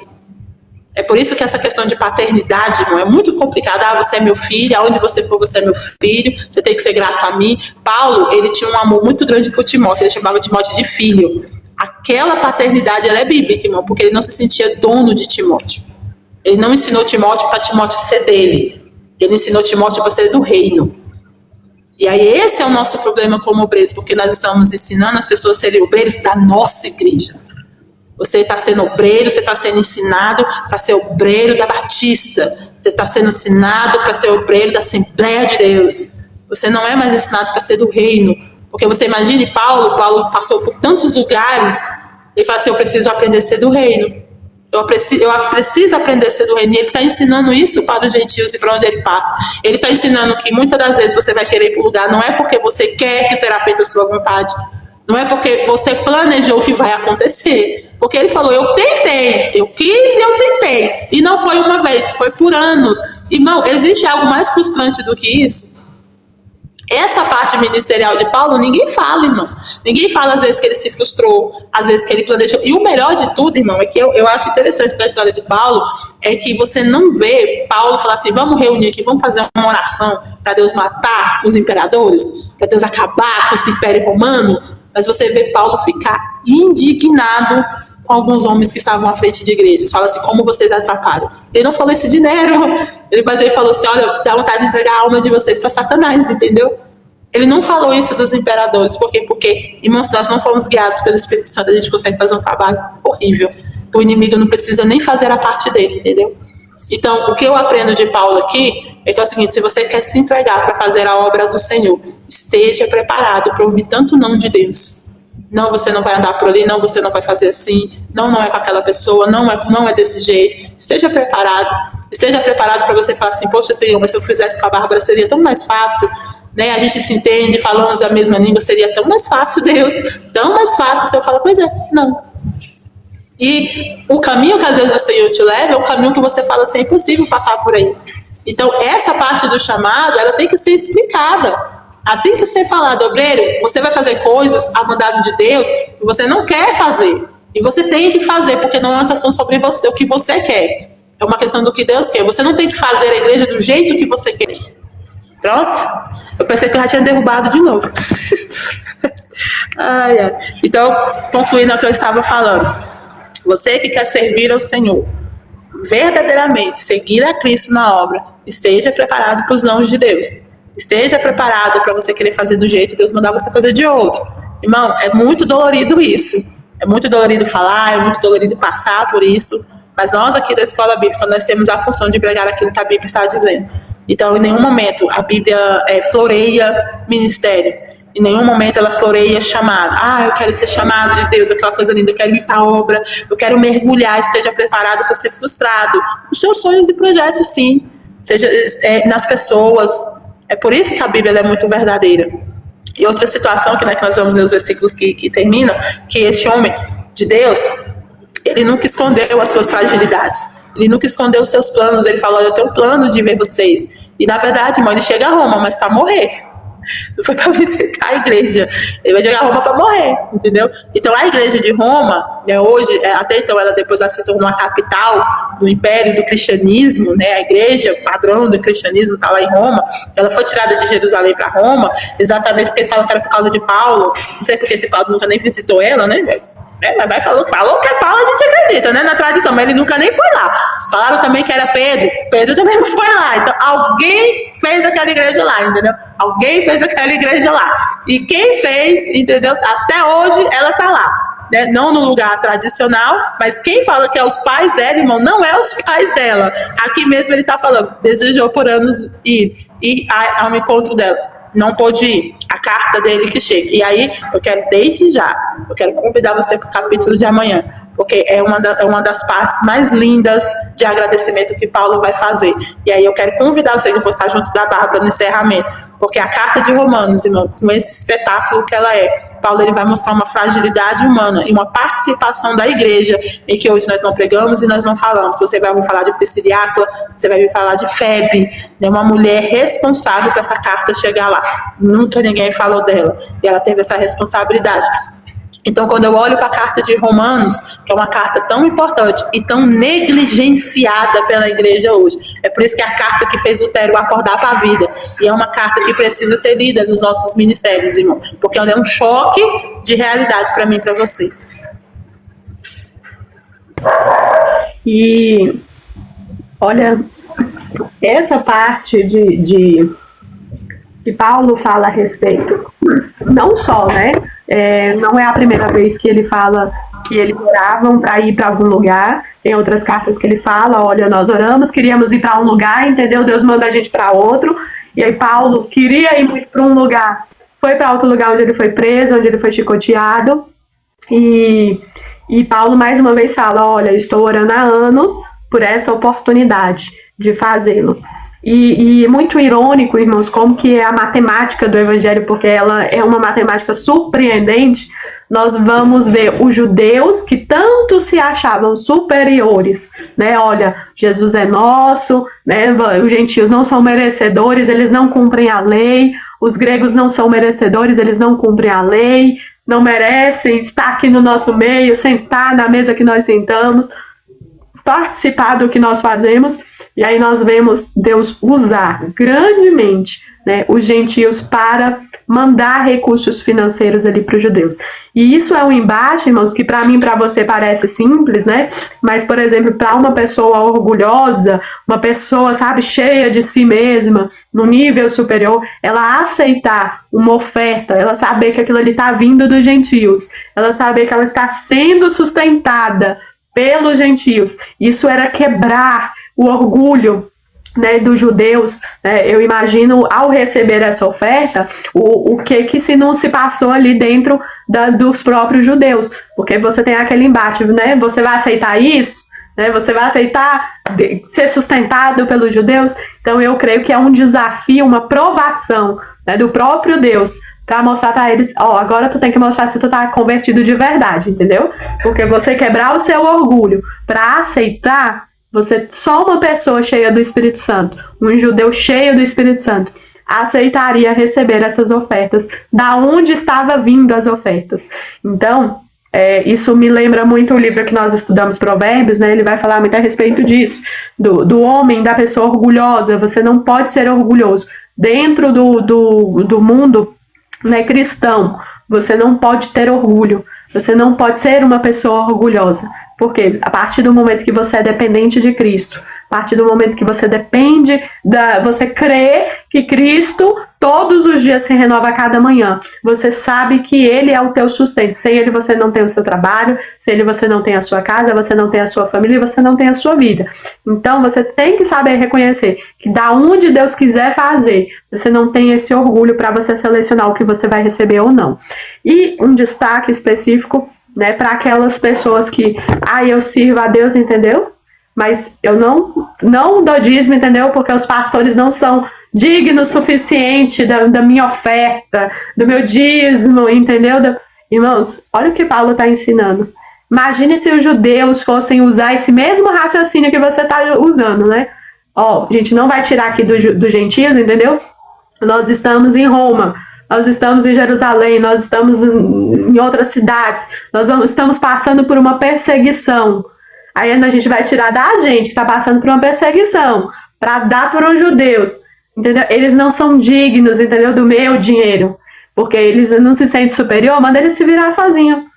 Esse é o pensamento, irmão, de homens e mulheres que não eram cheios do Espírito Santo.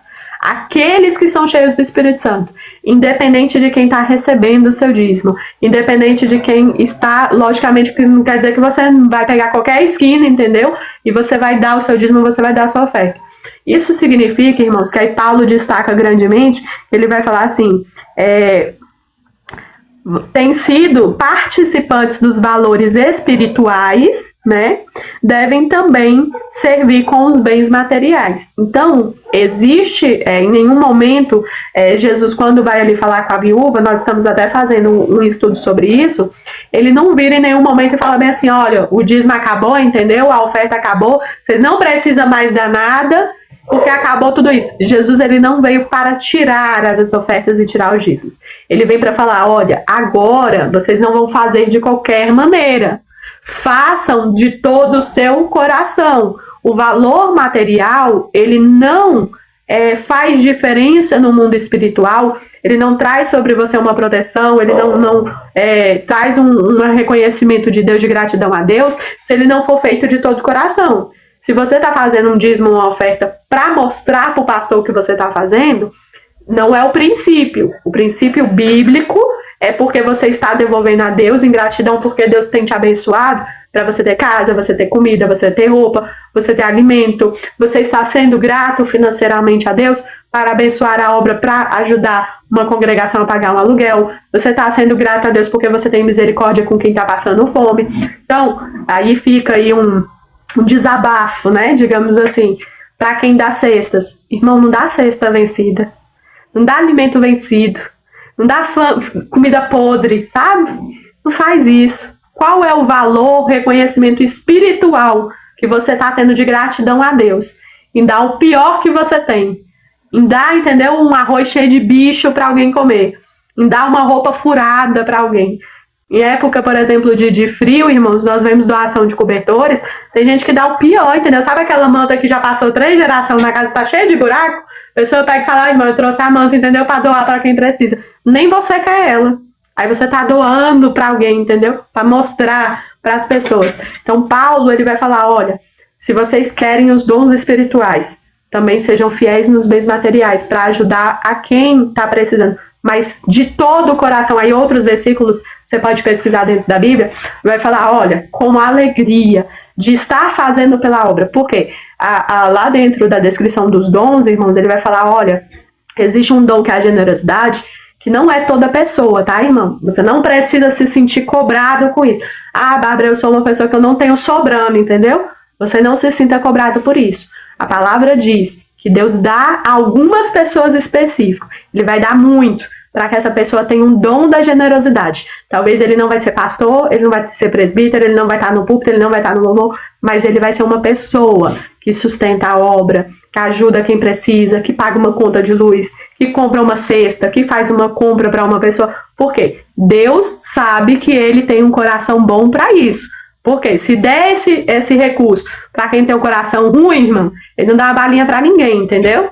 Então, quem dirá uma cesta ou uma compra? Então, Deus desenvolve o dom da generosidade àquele coração que tem espaço. Talvez por isso tem pessoas que nunca vai ter e nunca tem sobrando, porque Deus sabe que se der sobrando, você larga Jesus, entendeu? Pega o dinheiro, entendeu? E vai viajar, vai para a Suíça esquiar, entendeu? Então, que para que você não se desvie e vá para a Suíça esquiar, Jesus não te dá muito, irmão. Então, é melhor você ficar pobre na fé e morrer com Cristo do que você se desviar. Mas, futuramente, nós vamos trazer aqui estudo bíblico a respeito disso, a respeito do dízimo, a respeito da oferta. Mas é um princípio, irmãos, que o inimigo usa em todas as religiões que você vê aí do inimigo, cheio de espírito maligno, todos. Eles pedem oferta, eles pedem isso, eles pedem aquilo para quebrar o princípio bíblico que Deus colocou a respeito da vida financeira. Então, Jó não está lá à toa. Estuda Jó com a gente lá no YouTube, estuda, para você ver que o princípio de você ser fiel a Deus financeiramente é uma cobertura, é uma proteção sua e da sua casa, tá bom? Vamos continuar do versículo em diante. Espera aí. Versículo 30. Rogo-vos, pois, irmãos, por nosso Senhor Jesus Cristo e também pelo amor do Espírito, que luteis juntamente comigo nas orações, a Deus a meu favor, para que eu me veja livre dos rebeldes que vivem na Judeia, e que este meu serviço em Jerusalém seja bem aceito pelos santos, a fim de que, ao visitar-vos pela vontade de Deus, chegue à vossa presença com alegria e possa recrear-me convosco. E o Deus da paz seja com todos. Amém. Essa parte final desse capítulo, Paulo pede oração. E aqui, irmão, está um dos maiores sinais de maturidade. Qual os sinais de maturidade? Paulo está mostrando para eles uma parte frágil dele. Fala, olha, eu peço oração para que quando eu chegar em Jerusalém eu seja aceito. Por quê? Porque a primeira vez que Paulo estava em Jerusalém, ele teve que sair corrido de lá. Ele fala assim, então, quando eu estou voltando para lá, entendeu? Então, assim, vocês me ajudem em oração, me ajudem contra os rebeldes da Judeia, ou seja, existiam cristãos rebeldes, aqueles cristãos ainda que tinham aquele coração amargurado pelo Paulo de antigamente, aquela pessoa que não aceita que Paulo foi convertido, os rebeldes que não perdoam. Era esse povo que ele ia encontrar em Jerusalém. E é o interessante que ele fala assim, eu peço que vocês me ajudem em oração, orem por mim, entendeu? Para que quando eu for com vocês, eu descanse um pouco. Ou seja, eu sei que em vocês eu posso achar refúgio, ajuda, auxílio e tudo. Então eu vejo duas coisas aqui. Paulo, ele reconhece que precisa de ajuda, que é um alto nível de maturidade. Você que é obreiro da casa do Senhor, você que é líder, tenha a maturidade de chegar para alguém da sua confiança, da igreja do Senhor, porque ele está falando para a igreja, irmão. A igreja do Senhor aqui, para pessoas de Deus, olha, eu tenho medo disso, eu tenho um certo tipo de receio nessa parte, eu estou passando por esse problema, eu estou passando por essa dificuldade. A partir do momento em que você reconhece uma fragilidade, isso também mostra amadurecimento. E uma coisa que eu acho interessante é que Paulo, quando ele faz isso, ele está amadurecendo a fé da igreja para dizer que ninguém é perfeito. Que ninguém está na ponta de uma pirâmide dizendo, ó, fulano é intocável, né? Fulano é incaível, ele nunca, entendeu? Ele nunca vai ser... Não, Paulo está falando, olha, eu tenho uma fragilidade, eu tenho uma situação que me causa temor, me ajudem em oração, orem por mim, eu quero me encontrar com vocês para poder descansar, para poder... Então, assim, esse nível de maturidade, se nós tivéssemos hoje esse nível de maturidade entre os líderes, nós não teríamos tantos líderes doentes. Nós não teríamos líderes acamados, nós não teríamos líderes destruídos psicologicamente, emocionalmente, espiritualmente. Por quê? Porque o líder não pode chegar e falar, gente, eu preciso de oração. Nossa, a Bárbara está pedindo oração, gente, não pode. Se ela está pedindo oração, quem é que vai orar por nós? Então, assim, é uma imaturidade da parte da igreja achar que a pessoa que é líder não precisa de oração, não precisa de ajuda, não tem nenhum tipo de fragilidade. Todos nós temos uma fragilidade. Por que a Bíblia manda a gente confessar? Confessa os pecados uns dos outros. Por que está mandando confessar? Para o outro saber que você não está no alto de uma pirâmide, que você é pecador também. Você peca, você erra. E é a graça de Deus na sua vida que faz você prestar. É a misericórdia de Deus na sua vida que faz você prestar. Então você pode ter o curso que você quiser, você pode ter a experiência, o gabarito, o currículo que você quiser. Você só presta por causa da misericórdia de Deus. Porque todos nós pecamos, irmão. Todos nós erramos e todos nós temos a nossa fragilidade. Então hoje nós temos um modo errado de falar assim, esconda. Não mostre a sua fragilidade. Aí você vai escondendo, você vai ficando doente, você vai ficando cheio de mágoas, de máculas, de raízes de amargura, de coisa que você nunca trata, porque você nunca teve. Aí quando a pessoa chega no ápice de fazer alguma coisa, fica toda a igreja, nossa, como é que fulano estava assim, ninguém sabia, né? Por quê? Duas coisas. Primeiro, porque Deus não mostra, e segundo, porque a pessoa se põe numa capa de superioridade, irmão. Olha Paulo, ele está mostrando, e ele não faz isso só uma vez não, tá, irmãos? Se eu não me engano, são 5 cartas que ele faz isso. Orem por mim, me apresente nas suas orações, me ajudem em oração para que Deus, para que eu seja bem sucedido na obra que eu vou fazer. Irmão, uma coisa, quem está mandando ele é o Espírito Santo. É o Espírito Santo que está falando, ó, Paulo, pega a oferta do pessoal da Macedônia, leva para Jerusalém. Aí você vai encontrar os rebeldes, mas você vai. E a obra que é o Espírito Santo, ele está pedindo para oração por aquilo. Por que ele está pedindo? Porque Paulo sabe que lá onde o Espírito Santo está mandando ele, tem os rebeldes. Tem os rebeldes, irmão. E fala assim, então o problema não é a ida, é quem está lá, entendeu? É quem está lá que eu vou encontrar. Então, esse amadurecimento de você falar assim, Senhor, meu problema não é a viagem, é os viajantes, é quem eu vou encontrar lá. Então, tem essa maturidade, fala assim, olha, o problema não é o meu emprego, é as pessoas com quem eu convivo. O problema não é minha casa, é o meu casamento que está em crise. Tenha a maturidade de você sentar e falar, ei, não está funcionando, eu não estou dando conta, eu não estou conseguindo. Me ajudem em oração, irmão, não tem pecado nenhum. A partir do momento que nós transformamos isso num erro, olha, você é mulher de pastor, você não pode mostrar sua fragilidade, você não pode mostrar que seu casamento está em crise, então morre, irmão. Aí você morre no adultério. Quando dá o divórcio, né, que ele não nasce da noite pro dia, quando dá o divórcio, quando acontece alguma coisa, aí a gente reúne e ora, agora vamos orar porque a irmãzinha, entendeu? Tá divorciando e tudo. Aí é muito fácil, irmão, e até hipócrita da nossa parte. Quando tá começando, tenha homens de Deus, peça para Senhor, põe mulheres de Deus. Tem pessoas, irmão, e esses homens e mulheres de Deus são pessoas imperfeitas que nem você. Nunca você vai chegar com uma mulher de Deus, eu tô falando mulher de Deus de verdade. Você nunca vai chegar com uma mulher de Deus e com um homem de Deus, com um dom, que você vai sentar e vai falar assim, meu Deus, você tem esse problema, você tem esse pecado, sério? Mas você não é um homem de Deus? Você não é uma mulher de Deus? Ele nunca vai falar isso, porque ele sabe que ele tem, então se ele tem, tá aberto para todo mundo ter. Eu tô falando um homem e mulher de Deus com dom para ajudar. Ele nunca vai chegar para você e vai falar assim, não acredito que você é um homem ou mulher de Deus, tem esse problema. Ele nunca vai falar isso, porque ele sabe que ele é um miserável, irmão, da graça de Deus.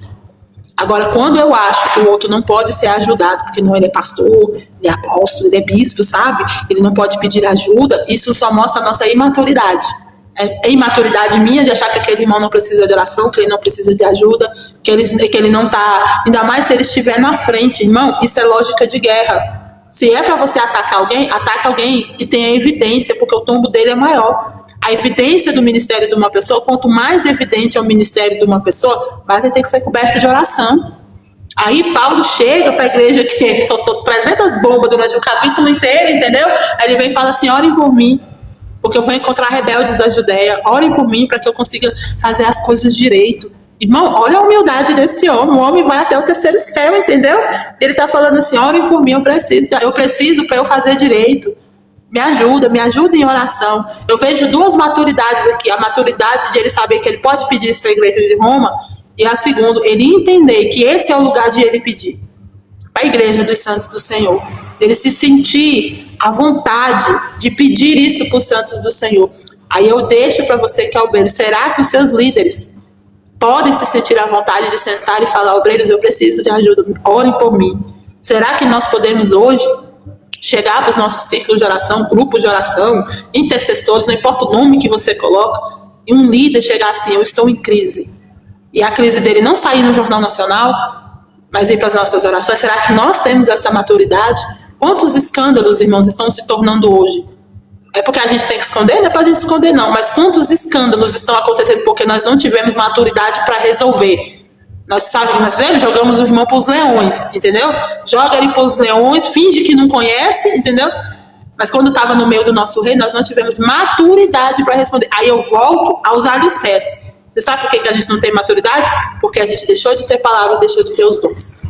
Porque quando tem palavra, ele diz, se tem um alicerce aí, eu posso desabafar. Se tem um alicerce aí, eu posso pedir ajuda. Você sabe que a palavra me edifica e os dons revelam. Quando não tem, aí tem desespero, tem fofoca, aonde a palavra e os dons não reinam, aí você não pode desabafar mesmo, não. Mas se é uma pessoa de Deus, um homem ou uma mulher de Deus, às vezes não tem credencial, mas é um homem ou uma mulher de Deus, peça para Deus abrir os seus olhos para você encontrar essas pessoas, para você desabafar suas fragilidades, porque isso é sinal de maturidade na igreja.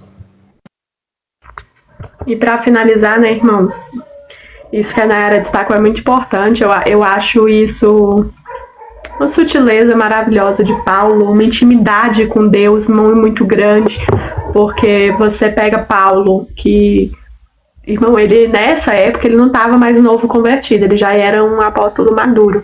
Você vê 12 cartas reconhecidas que São Paulo que Paulo que escreve, e aí das 12, né, 5 aproximadamente é a que ele pede oração.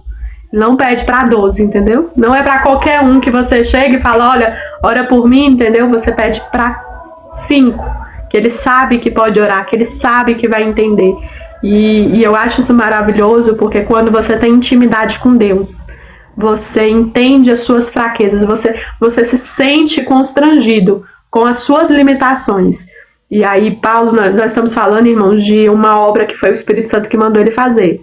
Tem todas as garantias que vai dar certo. É o Espírito Santo que mandou. Mas ele tem a consciência, entendeu? Que ele, a parte humana dele, não é a parte espiritual. A parte humana tem um embate com quem tá lá. A parte humana já passou uma humilhação, já foi corrido dali, entendeu? Já foi expulso. Imagina você voltar para um lugar, entendeu? Que botaram você para fora, que expulsaram você. Isso acontece muitas vezes com congregações. Botou você para fora com a carta de expulsão, entendeu? Não queremos você aqui, porque você não é digno da nossa presença, entendeu? E aí, de repente, o Espírito Santo, irmão, fala assim, então, Paulo, você vai voltar para lá, onde ninguém gosta de você. Não querem você lá. E você ainda vai levar recurso para eles, entendeu? Você ainda vai fazer com que eles não passem fome.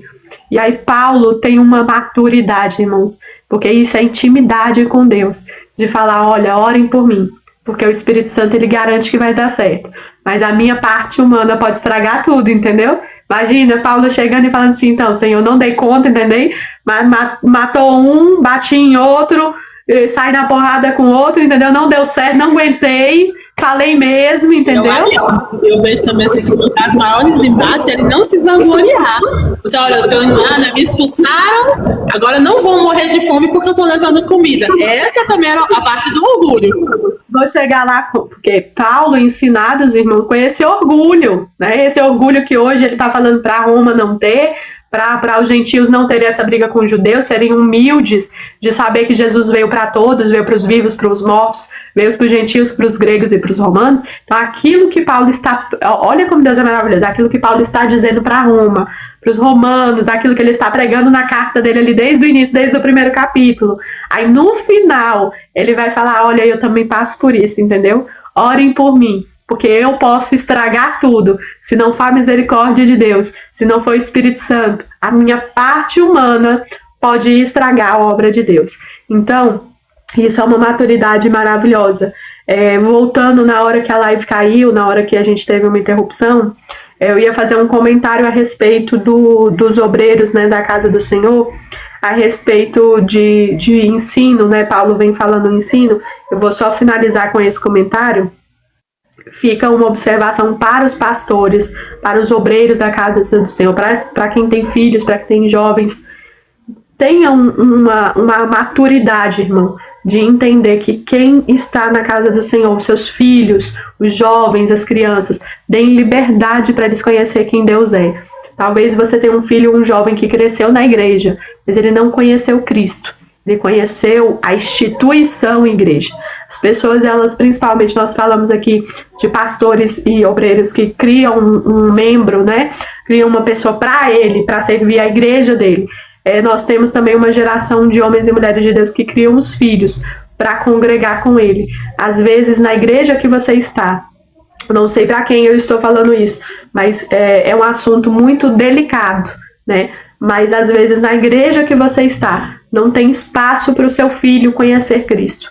Então, permita que ele, quando adulto, ele precise congregar em outro lugar, ele vá. Quando jovem, se você está vendo que não é suficiente ele congregar com você, permita que ele congregue num lugar que ele vai ser acolhido, permita que ele seja ensinado na palavra, ele seja ensinado no poder.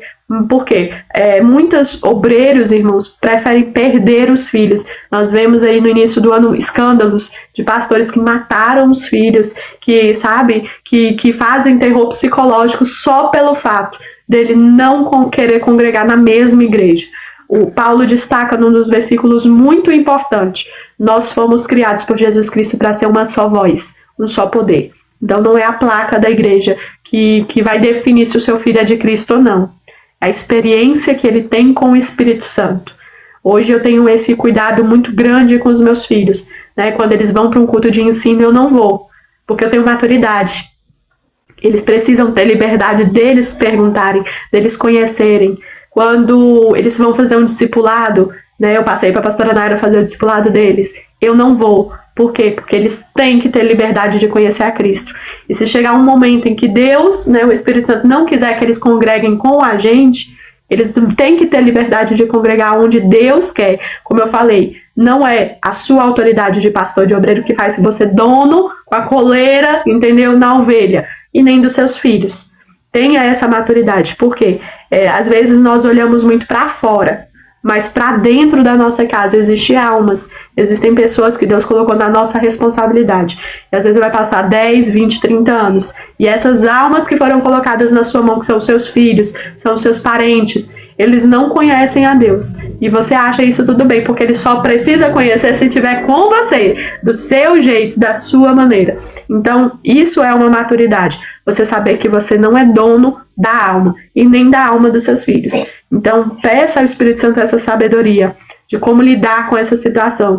Se há espaço de outros obreiros dentro da tua congregação discipular os seus filhos, dê espaço, porque não é você que convence, é o Espírito Santo. Dê espaço para o outro obreiro discipular. Se você não tem dentro da sua igreja um obreiro para discipular eles, para ensinar palavra, para ensinar oração, para ensinar os dons, procure um local seguro, um local que Deus te direcionar para colocar eles, mas não deixe por orgulho próprio que os seus filhos morram na fé, de que eles virem ateus, que eles virem contra a palavra, só por um capricho.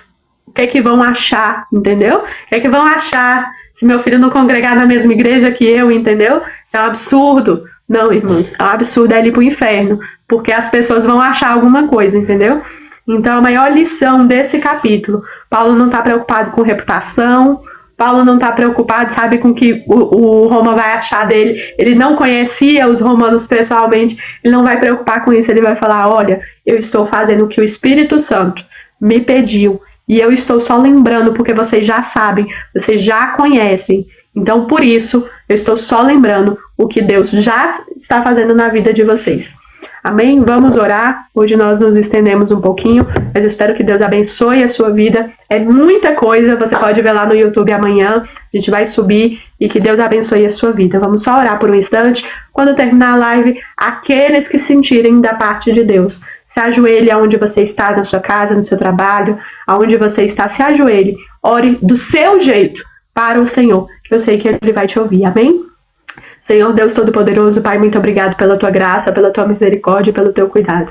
Pai, como é bom falar da Tua palavra, podemos passar, Pai, horas e horas e horas falando de Ti, mas que não seja em vão, Pai, cada palavra que foi falada aqui. Abençoa aqueles que chegarem nesse estudo, trabalha na mente deles, transforma a nossa mente, Pai. Transforma a mim também, a pastora Nayara, cada um que está aqui, Pai. Que seja transformado, que nós não venhamos, meu Deus, nos sentir superiores ou diferentes. Que nós não venhamos, meu Deus, meu Pai, nunca entender que somos nós que fazemos.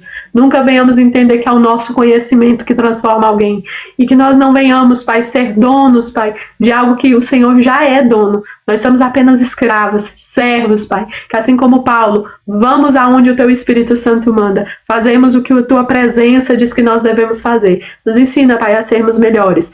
Assim como Paulo, que haja misericórdia de nós, Pai, para que a gente não estrague a Tua obra. Que possamos, Pai, ser fortes para ensinar os fracos, sem esperar retorno, sem esperar, meu Deus, aplausos, fotos, filmagens, mas que sejamos, meu Deus e meu Pai, fortes, porque a Tua presença nos fortalece. E que naquele grande dia possamos ter as mãos, Pai, cheias de almas de pessoas, de testemunhas, de prodígios, de milagres, para contar para o Senhor, que nós trabalhamos na tua seara e trabalhamos com amor e com prazer. Nos ensina, Pai, os teus princípios da obediência. Nos ensina, meu Deus e meu Pai, a sermos generosos, também financeiramente, Pai, com aqueles que precisam, mesmo que eles não gostem da gente, mesmo que eles não queiram os nossos recursos, Pai, mas que o Senhor possa encontrar em nós espaço para, meu Deus e meu Pai, dar o recurso a quem o Senhor quer que a gente faça. Mostra-nos pessoas, Pai, que precisam, que faça, meu Deus, aqueles que estão nos ouvindo, que têm recursos que o Senhor colocou na mão deles, que eles sejam capazes de ser generosos